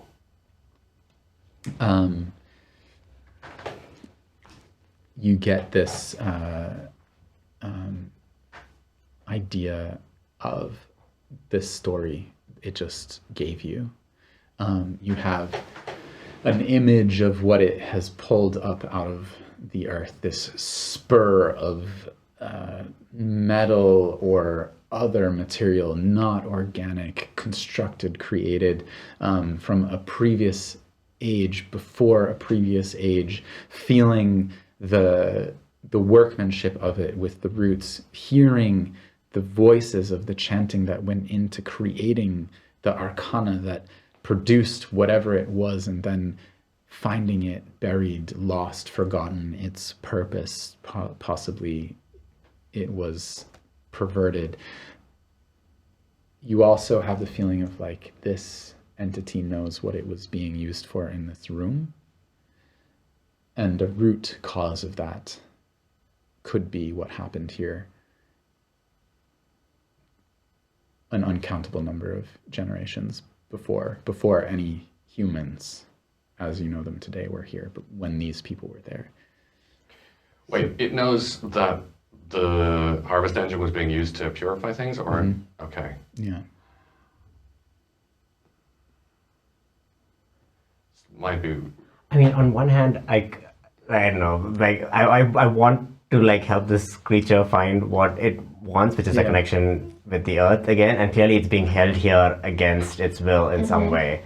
So I want to know what will happen if it is removed from this room or somehow is allowed to leave. Will the creature answer me this, or I have this etheric siphon which allows me to, like, ask a question and get an answer to it? You've been getting these, like,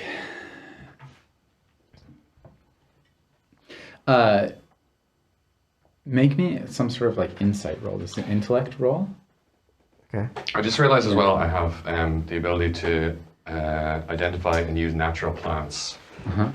my idea was to take a cutting from this thing. Obviously, go ahead, Okay. but does that seem wise? You are watching it. You can feel its mental state faltering as it's communicating to you. You are watching it wither in real time. Okay. So whatever cutting you take of it will not be a cutting of the living organism. Yeah, okay. Good to know. Sorry. 12. 12. Okay. You are able to read this entity wishes no ill will here. It long ago, its people who were, in its view, nature itself, for some period of time, you don't know, unearthed something poisonous, accidentally released it through their own greed, in a way, and it has devoted its existence to trying to remedy that mess. And now, in this moment, it is at the end of its cycle. It can continue no more. It has been strung along through the years, being used for this purpose, clumsily by people who don't know what's going on. You have this image, a flash of awareness of being inside a tube, like inside green glass tube, disconnected in preservative liquid, and you remember down underneath this machine in the hall below the containers, the 4 containers that each of these was in. So they've been found and used by the people here, but it is at its end, and it just wants to, as it says, join the cycle. So what about the other 3? They are in less, I would say, you can hear the murmuring of their minds underneath all of this, but they are in less of a position to be able to act than this one. Yeah. Does it look like there are seeds in the flower, or is it not like pollinated? Can I tell that at a glance? At a glance, that is a very good question. I'm going to ask you to make a difficulty 12 roll. It would be more challenging, but because you can identify plants. 16. It's possible that this is leaving behind some sort of reproductive material.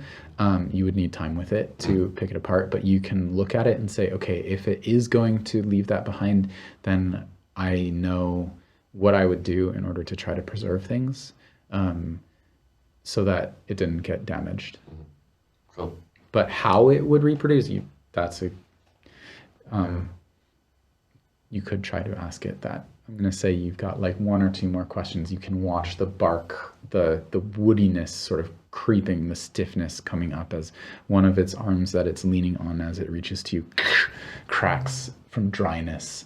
Then I'll say, I want to help you propagate. Can you leave behind some seeds, a bulb, anything? The last of its energy, the flower closes, it reaches, it like extends on a stalk toward you, turns into this hardened seed as the creature crumples to the ground, and this breaks off and this nut rolls into your hand. The psychic energy fades, the murmuring of the other minds just turns into like the creaking of trees, and you get, as you reach it kind of, to answer that question, it says the children, that if children come, let them know that they will be the children of, and it gives you a name that roughly comes out in your mind to the exhale of the trees after the first rains of spring. Nice. Catching him. Yeah, it's a mouthful, but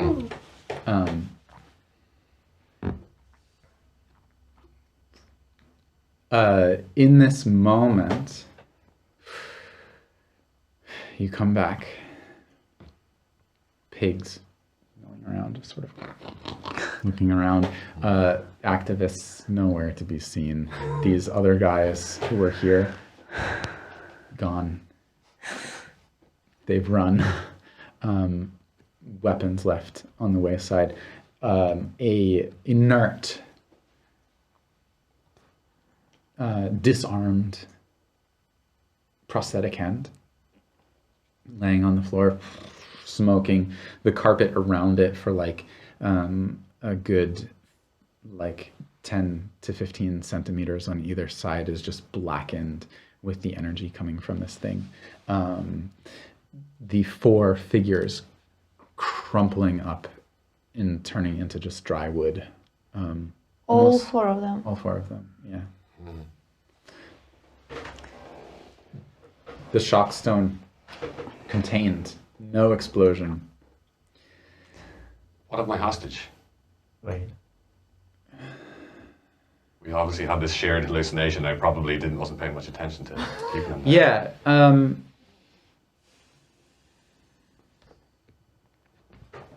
gonna roll for him. Yeah, he got out of there. You see him as you come out of it. You see him and Tracer. okay. Yeah! How does it work? Fires a microscopic tracer that clings to any surface within short range. Uh-huh. For the next 28 hours, the launcher shows the distance and direction of the tracer as long as it's in the same dimension. Yeah. So it just happens? Roll me a speed, because it's a projectile. It says level 1d6. Roll a d6 for me. Okay. Go on. It's a level 2 tracer. Okay, roll me. It's, to be honest, it's really unclear exactly how these things work. But I'm just gonna say, roll me a difficulty 9. This is an attack on him. Speed roll. So you can spend 18. 18. No problem. Nice. He doesn't even notice it. You launch it. What does it look like? Spider-Man shit. Yeah, I'm gonna say it's like a it's like a little flying insect. Normally for tracking animals, right? Yes, Yeah. of course. So you and you watch it just go It's like a beetle. and grab onto the back of his Yeah. of his jacket as he It runs out. naturally tries to nestle its way under whatever Yeah, fur you is watch there. it. Yeah. It finds the overlapped seams and just burrows into the seams. Amazing. 28 hours. It is. We're gonna come into sort of a speed up of time rather than going into a chase against these people. What happens next? I'll just step through a couple of things and then ask you about some stuff. I'm gonna Yeah. slide down with bloody hand against the wall of this box and help. Can I do it? Okay, yeah, you I can. have the rejuvenator patch. I think I will apply But you also have your healing touch. touch. Yeah, I mean, I also need healing, so I think I want to use both things. Yeah. I think we are the weakest, but anyone else need some? I'm good, I'm but I'm fine. also gonna rush over to Ruda and be like, Yeah. A couple. good. Oh yeah. Go ahead. "You good? I have Hang in a there. bit more holes than I'd like to. For you, Doc. Come on." Yeah, so walk over to Ruta, place my hands on the middle of the spreading pool of blood, and again have the pulsing thing all on my body, and I try to sew up whatever the wounds are in there, and see if we can extract the bullet if there is one still in the. Yeah. Roll your d6. No, his rifle passed through. Is 2. 2. That restores 2 points of wool. Okay, Yeah. I can redistribute them as I want. I think this one it goes directly to a pool of your choosing. Okay. Okay. No. So it would be to your. If you said to might, then you would. Right. I think it goes from To might. Victor's choice. Okay. Um, Can I also use the rejuvenator on myself because I have 0 might? yeah. So for that, I think I roll a d100. I would say don't worry about. We're in extended time. Sure. Things are cooling down now. Like folks are coming. Some of the other scientists and helpers were hurt by lightning burns and stuff. So you go over and you start tending to them. And Toroth comes and gives you assistance, being a little bit just sort of like trying not to answer any questions about who he is. Ruta, you're sitting there just like, this like adrenaline draining from you. People are passing. You get healing, catching your breath. What's going on? You're with Ruta. Dale is with Ruta, right? Yes. And Cornelius.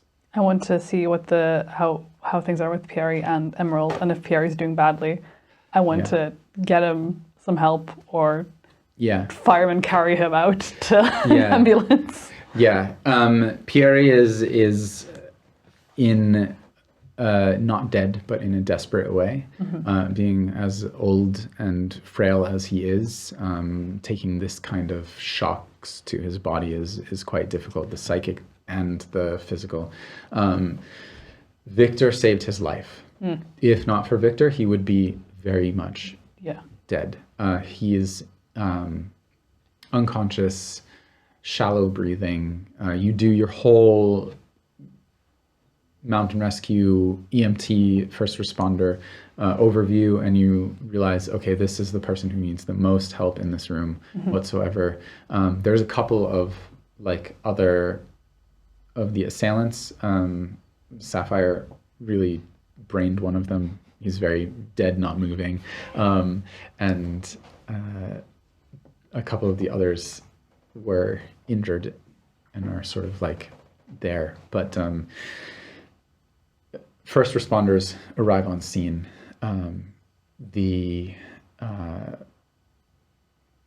You have the opportunity, if you want, to try to get out of there. Can I drop my intellect to 0? Yes, you can. It just makes everything else harder. I don't think... I am afraid that I will get arrested. Yeah. So, as the doors open, I'm gonna drop my intellect to 0 and vanish. Okay. So I was kind of helping, Tandy or whatever. I was gonna think, thank you for helping. Thanks for having that back there.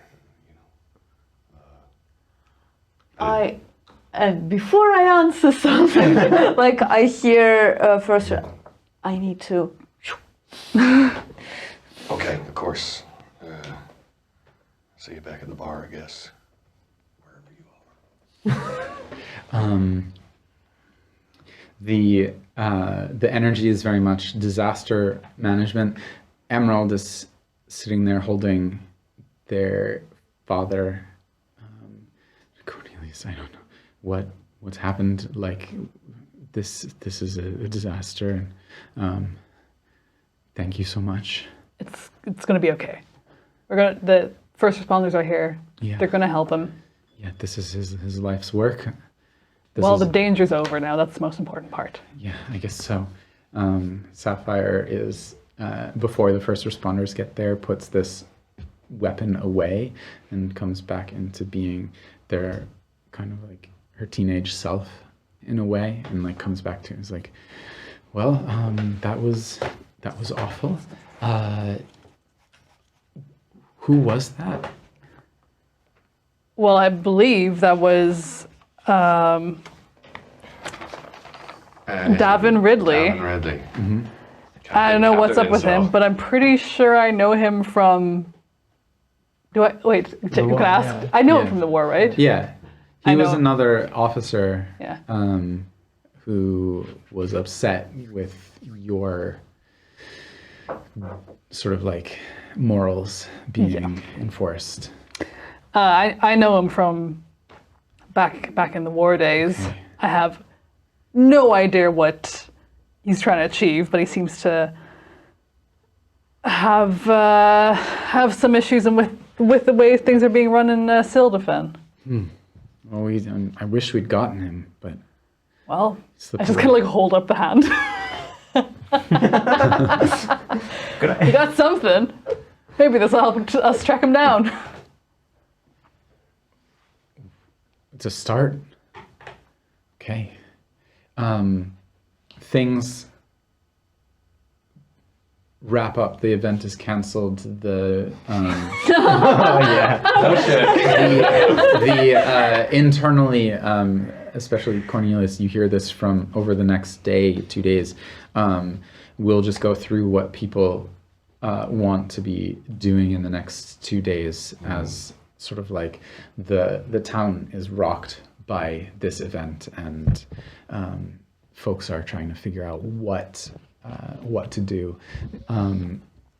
You learn from Emerald the equipment is damaged. A central source of focusing the power of it has been fully destroyed. These entities that they call the Devoro is what they had named them internally, but nobody knew what their name was. This was the most contact that anybody had gotten from them at all. There's an interest, yeah. So that's going on. You get this much information. What might people want to do in the next 48 hours? I think I owe Toroth a conversation. Yeah. But I don't know, at this, am I allowed to leave the Respitorium without any consequences for what I've done? Yeah, with the chaos and everything, there's really an effort to make sure that people are okay and safe, and they're sort of they hear that you were there helping, and you happen to be a bystander, and Toroth and Emerald, Toroth is also an outsider, but Emerald vouches for you, and Sapphire as well, saying, we don't know exactly who he is, but he was there as a helper, and it was vital, the support that he saved Pierre's life. And so, of course, they let you take a step out. So, 2 things. One, I want to, clarify to Toroth what's been going on, that I've been living under this false pseudonym because I don't want to go back and be re-enlisted and things like that. I don't know what is... And the other thing I want to do is try and track down Lowen and make it very clear that I don't stand behind any sort of terrorist acts. Yeah.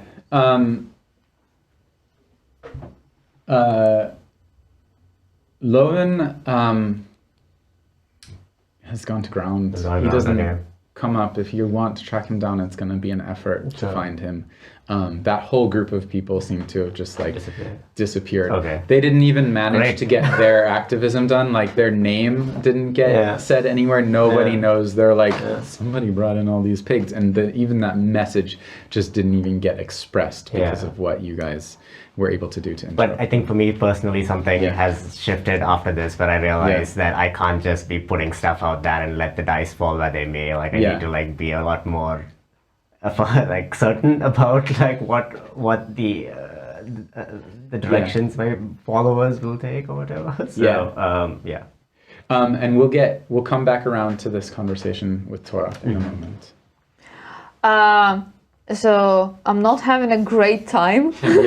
And what Ruta is going to do, Ruta is gonna on foot, wounded, make her way to Aden and have a full breakdown there. And the way will look in a way I will reach the point of kind of safety and just lay down on the ground for 10 minutes to just compose, to be able to get there to Aden. And when I'm there to Aden, I'm just I'm failing this mission. I have no idea what's going on. There is some toxicity in the ground, and we realized that I don't know what's happening with Victor and all of this. And I was there, and there is danger, and there can be civilians, there is explosion, and you know what I do? I spend all my time protecting Dale. And I'm going through all of this, and I talk to Aden how I don't know what I do. I'm gonna stop me. I'm gonna do more stupid things. I don't know how to figure it out in a detective way. I'm gonna go and confront Victor. Hey, Ruta, look. It really hurts. He's sitting there like his arm is in a sling because he's been shot also today. And he's like, look, we've had a bad day, and to just like take a step back. You know, you're more experienced at this than I am, but I just want to say, like, thank God we're alive, right? And what would have happened to Dale if you hadn't intervened? Would he be still alive? I shouldn't be putting it as a priority when I'm on a mission.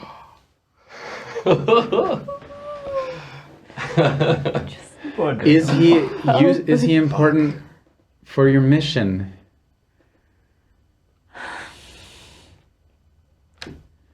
Look, I'm not the people back at home, okay? I also care about people in the city. It's what happens when we go into the field and we do this work. I have connections, I have relationships, I have people who I care about, and to have to, I'm going to tell them I had an accident today, you know? I'm not going to tell them what I was in 2 firefights and then I was instrumental in releasing a horde of wild pigs that ruined the most important. No, I'm not going to say any of that. I'm gonna lie to them, and but I'm also gonna try to keep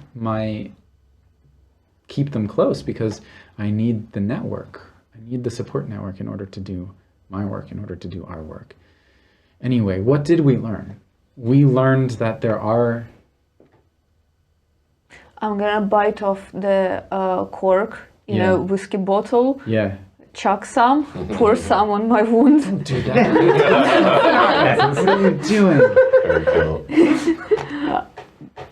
Get me a thread and a needle.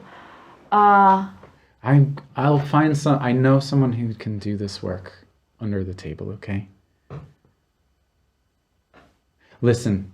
Precinct. So there's people here, and you said he had someone else with him? At least 2. Okay. So we know there's a network here. We know that they're connected to the government. We know that they're trying to drive Sildafen away from Lemuria. And that would put Lemuria in an existential position.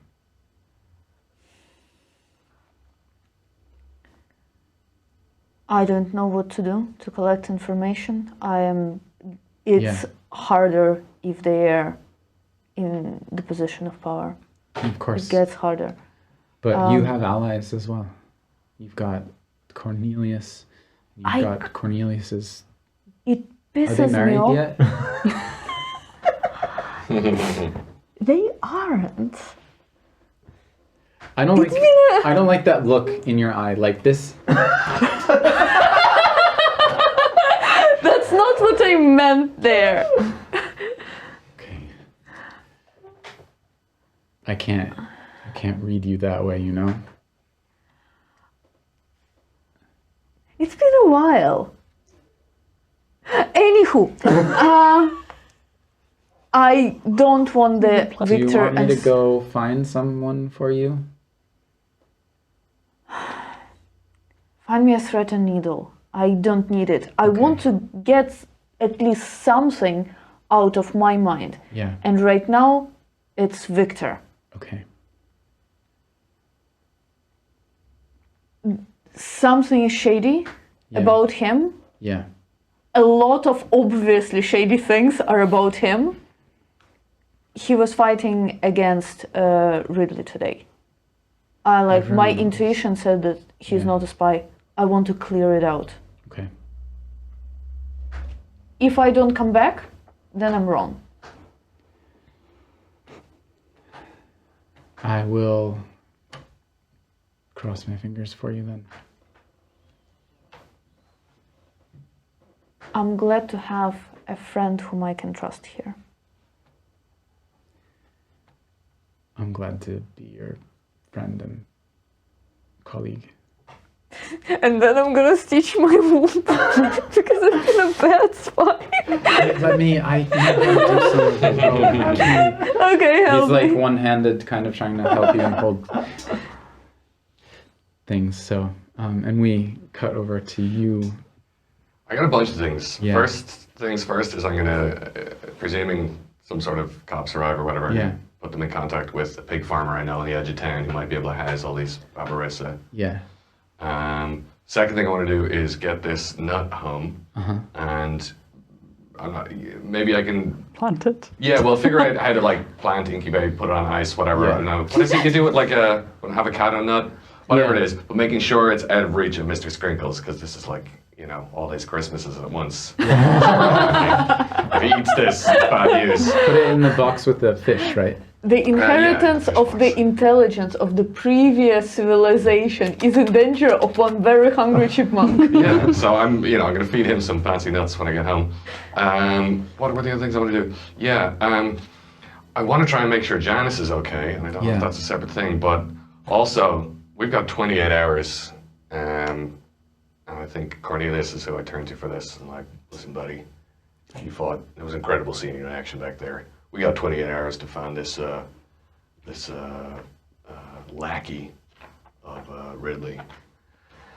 I didn't trust the cops in this town before this incident, and now, I mean, they're dead to me, so it may get ugly. We may have to, I don't much like revisiting who I was during the war, but we may have to draw on some old skills and techniques if we want to find this guy and get answers out of him. Mm-hmm. If you're not interested, No. I understand. I'll do it alone, but I'm definitely interested. I want to find this Ridley guy. all right. Okay. Well, we gotta be now. We gotta get moving. Yeah. Yeah. I'm gonna say you take at least a night's rest before you hit the streets with this thing. Janice is there outside. You ran into a terrorist attack. What? Are you crazy? I was just going on instinct, really. Damn, at our age, we're not getting. What was I any supposed to younger. do? I don't know. You had me worried. I'm not happy about that, but I'm happy you're safe. Well, I'm happy you're safe. And look, I just want to apologize. I know I barked at you. It's okay. Well, you were just trying to do the right thing. Janice, I lost you once already. I couldn't face losing you again. Made of sturdy stuff, I know. Mr. Briscoe. There was bullets flying. There was Scary. energy weapons. Are you good? Are you okay? You want me to bring you home? Oh, well, I suppose. I did want you to meet someone.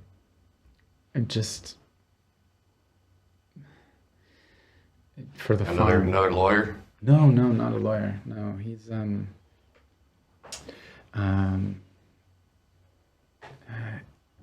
so possibly you could have some additional income taking care of some specific types of creatures. I suppose he works with creatures of specific breeds, and I don't know, it just came to me that you might be useful.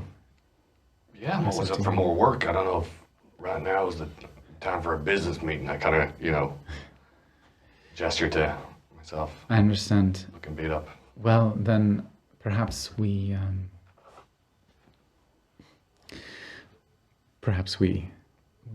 put it off, but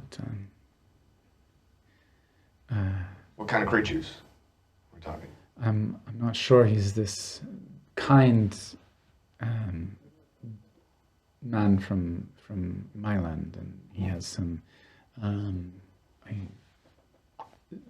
animals, I guess, colosson or something like this. She says this. Just from your military work that these are Mylandian war beasts. She says, apparently there's some people in Sildafen who have an interest in bringing them here, and I heard about it through one stream or another, and they think it would, you know, Belfacia used Nylandian beasts in the war, and I thought people here think we can use any edge that we can have for the next one, and so... You thought I would want to put animals in danger? You thought I would want to make money out of forcing animals to attack people? Is that what you're saying? Dale,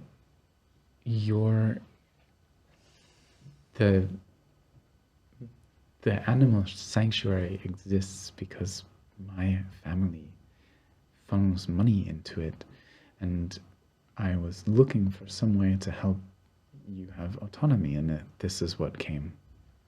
It's not a fucking fighting ring. That's despicable, Joe. These are... Okay, Dale. I think I can get home myself. Yeah. I think you better. Good night. I'm glad you're safe. And she turns and walks into town. Okay. Cornelius. Yeah, I'm still very focused on Davin Ridley and the tracking. Yeah. And that's like, as soon as, like, I want to make sure that Pierre is okay and not dead. He's not dead. Yeah. He is completely taken out of action. He's injured. He has psychic damage. He's comatose for some time. Because you're looking to get started on hunting down these guys, if you want, we can narratively say that it's easy enough to find them and like a safe house that they went to, but Davin Ridley is not there. Okay. And then within like 48 to 72 hours or so, Emerald asks you to come by, and I assume you've been by quite often in the last period of time. So you come in, and they are in Pierre's office, this sort of like ornate library with tall shelves with books on them and a big desk, and Emerald is there at the desk. Cornelius. How are you? Well, I'm trying to make heads or tails of all of my father's work, but I'm rattled. I'm a little desperate to figure out, was this it? Did we ruin our chance? Are we going to choke ourselves in our own technology? And she points to like the glowing lamp on the desk. I wanted to, how are you? I considering the circumstances, I'm fine. Okay, good.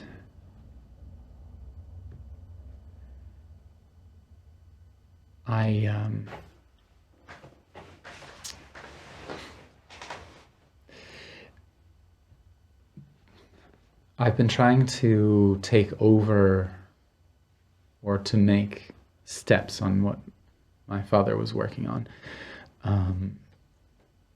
He had this dream that we would somehow progress this technology, and I want to continue that, but the council has said, no, we need to drop it and find other solutions. And so I'm coming to you because I know how capable you are and how much you care about our city. She pulls out an old book and opens it up. She says, this is from archives in Lemuria. My father got it many years ago. The Brack archists, they were in the crater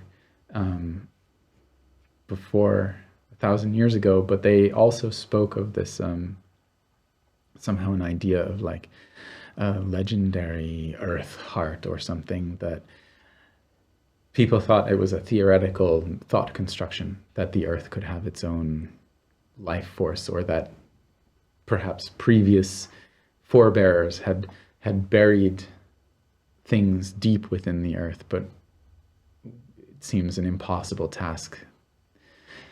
But I believe that we need to find it. I think we have to try to solve this at the root. You saw the vision I saw. The council, I tried to talk to them and they said it was far outside of the bounds of what they can do. And so I want your help. What do you want to do with it? I want you to find anything you can on this. I want you to go out into the world. I have to stay here. I have to do my father's work. I understand, but you want to harness this ancient technology for... You've seen how dangerous it is. I want to fix what happened. What I want to... We've been... If this is true, if this vision that we saw is true, I want to what we've been doing here in Sildefen is just putting band-aids on a wound that won't close. Maybe there's a way to fix it. I think that's the core of my father's work. She looks at you, her eyes are red rimmed. She looks like she hasn't, or they look like they haven't slept. I want to walk up to them and just like pull them into an embrace. Yeah. And just hold them for a moment and just say, I think... They relax, just like yeah. You feel them. I think you need to go and get a really good night's sleep. And I think you need to take a day and wait for your father to get a little bit better. And we'll come back to this. And we can talk about this later. But right now we are running on the adrenaline of a very, very intense and very taxing few days. And no one can think clearly. And I don't think this is the time to discuss it right now. But we will. Make me a persuasion roll. Difficulty. It would be a 15. You're fully healed at this point with full intellect pool. I have positive social interaction because I'm so nice. So it drops down to a 12. I'm gonna drop it down again then. If I'm fully healed, my intellect. Yeah. Yeah. I can just say it's 7.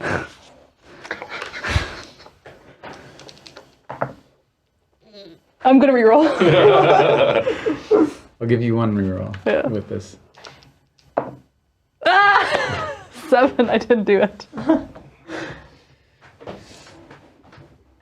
Cornelius, I appreciate they pull away from you just slightly. Like staying in your arms, but just like pulling away, put a hand on your chest. Cornelius, I appreciate what you're trying to do to bring me into a rational and calm place, but I just want to let you know I am incredibly rational and incredibly calm. And of course, there's stress and I haven't slept, but I can see what's going on here. And I don't want to beg, but I'm asking you for help because they've refused to give me any. They said, stay with what's been planned, carry out anything from my father's work that I can. And when I told them this is what I thought it was, they said, no, it's beyond their scope. And so I'm just asking if you would step outside of that scope for me. Let me think about it. Okay. I can't ask any more than that. If I get a lead of some sort, place to go, there's a couple of possibilities in this. Motions to the tome. There's a couple of possibilities in here, and I think I know where I would look first for an answer. So, but I will sleep on it. I think that's a good start. But promise me that you'll consider what I have to say seriously. Yes, I am considering it. And it's not like I'm going to send you alone. I'd send you with Sapphire. Do you know what she thinks of this? Yes. Would you tell me? She's on the same page. Okay. She puts her head, like, nestles it in that spot on your collarbone. And we fade from there to this conversation across town with Torath Haggis. So, this must be a surprise. I'm incredibly surprised that you are alive. I'm really, really actually glad to see you. Like, you are one of the parts of my former life that I felt bad about leaving. We thought you were dead. And then I saw your writing. And it's not under your name, but I knew immediately that it was you.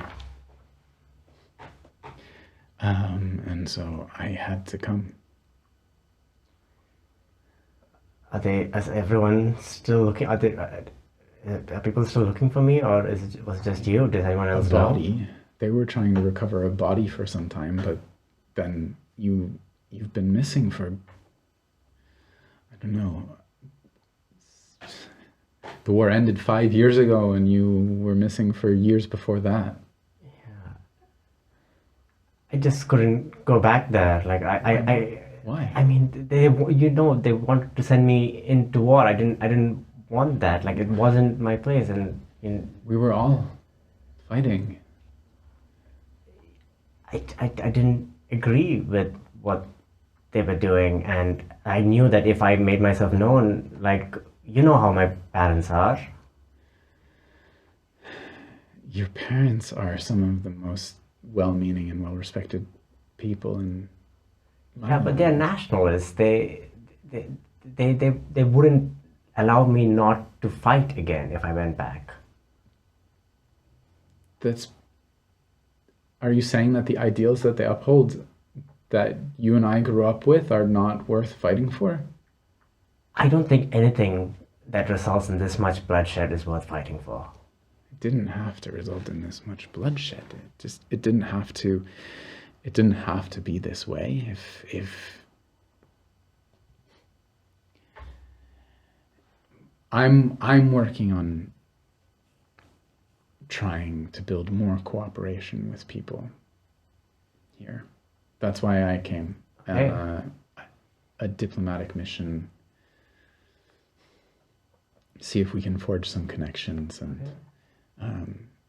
it's really the Lemurians in this. If they weren't so stubborn and so stuck in their ways, then we could work together and we could all move forward as one. That sounds great. It does, right? Yeah. So that's all it's about. Okay. Yeah, like that I'm willing to help with, but I don't think that's where most of my land is. Look, come home with me. Talk to your parents. Talk to your family. Get back to the university.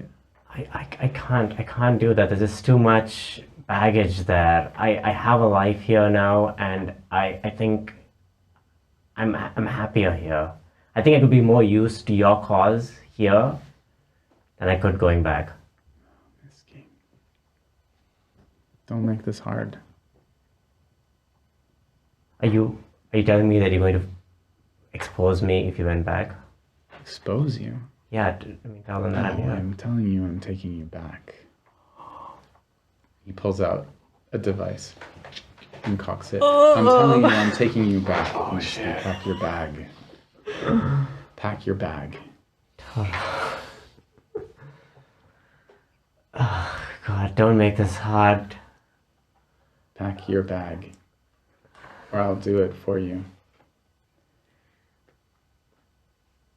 Okay, I'll pack my bag. I start packing my bag.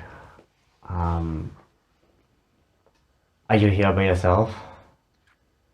I don't know how much to tell you. If I can trust you or not.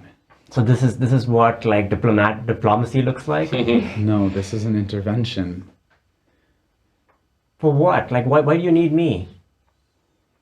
Which part of your ideals involves kidnapping someone from some place that they want to be?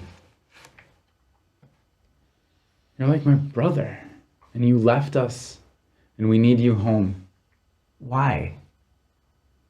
Just pack. I'm not answering your questions. I'll pack, but I'm just saying. Have they gotten into your mind? No one's Have you forgotten I have been everything? the freest I've ever been here. They've brainwashed you or something. I guess I start packing my bag, and I need. Does it seem like I can take him? He has always been better, like hand to hand physically than you as a kid. Is Ruta trying to like? This is what Ruta's plan is, without me as a player knowing that was about to happen. Ruta's plan was to go to where Victor lives and wait until the lights go off. Yeah. To get inside, whether he leaves or. Make me a breaking and entering roll. Target 9. What do I roll? It's I would say it's probably a might roll or intellect. Did I spend 1 hour at Adams to recover? You've probably had to sleep some. Oh. Unless you're still bleeding. I'm saying like a little bit of time has passed, so that like this is in muddy time right now. Oh. Okay. For one. Did I have a sleep? Yeah, you can. It's another one. It's not looking great for me. You're still like wounded and hurt. So I'm doing a might. Yeah. Actually, this is not what she would be doing. She would be climbing through the window. Okay, it's sort of like a dexterity. I'm gonna make it might or speed. Oh, whatever. Yeah, 18. Great. You get in. Window opens. Room looks hastily vacated. Did you take your documents from behind the bed? No, I don't think I have. Okay. Is this your second time breaking in here? Yeah. I actually knew exactly what window I'm climbing in, the bathroom window. Clothes strewn about, stuff gone, nobody in, seems hasty. Documents are still behind the I'll bed. take the documents. Yeah. Fuck. And with that, we're going to wrap up the first chapter of our Numenera campaign, our first campaign from Telltale Deer. This is the first chapter of the first campaign, and we'll see where this adventure takes us. Thanks, everyone, for joining in that chaos. I know we've gone a little bit over time. I think we're at probably close to 2:30. Yeah, 2 hours and 20 minutes of play. So we're about 20 minutes over, and thank you so much for all of your patience in watching this and enjoying it. We do try to keep it tight for you, so that, you can catch the video on demand on YouTube in the next few days if you want to catch anything that you didn't see, or review, or just if you like it and subscribe over on YouTube, it helps us out. You can follow us everywhere at Tales Held Dear. That would be Twitter, Instagram, TikTok, YouTube. Also, we have a Ko-Fi if you enjoy what we're doing, or Coffee. You can leave us a tip. We would greatly appreciate it, because we just do all of this out of pocket. And we're going to be going into a little interlude and pause. So on September 17th, which is 2 Sundays from now, we are hoping to have an interlude game. We already have one guest for it. Do you want The brilliant Lee White. The brilliant Lee White, a prominent improviser here in Berlin and probably elsewhere as well. He's great. And we don't know yet what game we're going to play, but we'll be figuring that out this week, and adding probably one more guest as well. We will be off on Sunday, October 1st, because all of us will be involved to some degree or another with Das Improv Festival. And, woo, yeah, very excited. This is an improv festival here in Berlin, hosted by the Comedy Cafe Berlin, and you can look it up at probably dasimprovfestival.com. dasimprovfestival.com. I was just going to say, hold that up. There you go. Oh, yeah, there you go. There we go. And the coolest thing about it is that the absolute coolest thing about it is that we are performing a midnight show on Saturday. LARPing. Saturday, September 30th. It's a midnight D&D live action improvisation show, and we're gonna have amazing guests. We already have one. Matt Cutler, yeah.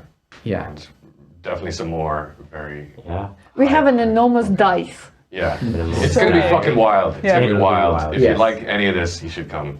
So those of you who are here in Berlin, go get your tickets for that because it might sell out. And those of you who are not in Berlin, go get your plane tickets and fucking come here. So we would love to thank our partners, some very special people who've lent us gear that make this possible. Andrew Carger and Vincent Run are individuals who have given us equipment. And we'd also like to thank Bear Radio for their continued audio support. They're an awesome Berlin-based podcast network. Check them out at bearradio.org. And the Comedy Cafe Berlin in the heart of Neukölln. All of us perform there regularly, so if you're in Berlin, come catch a show. Check them out, comedycafeberlin.com. And we'll see you back here in 2 weeks for our interlude. Thanks so much for watching. Thank you. Bye.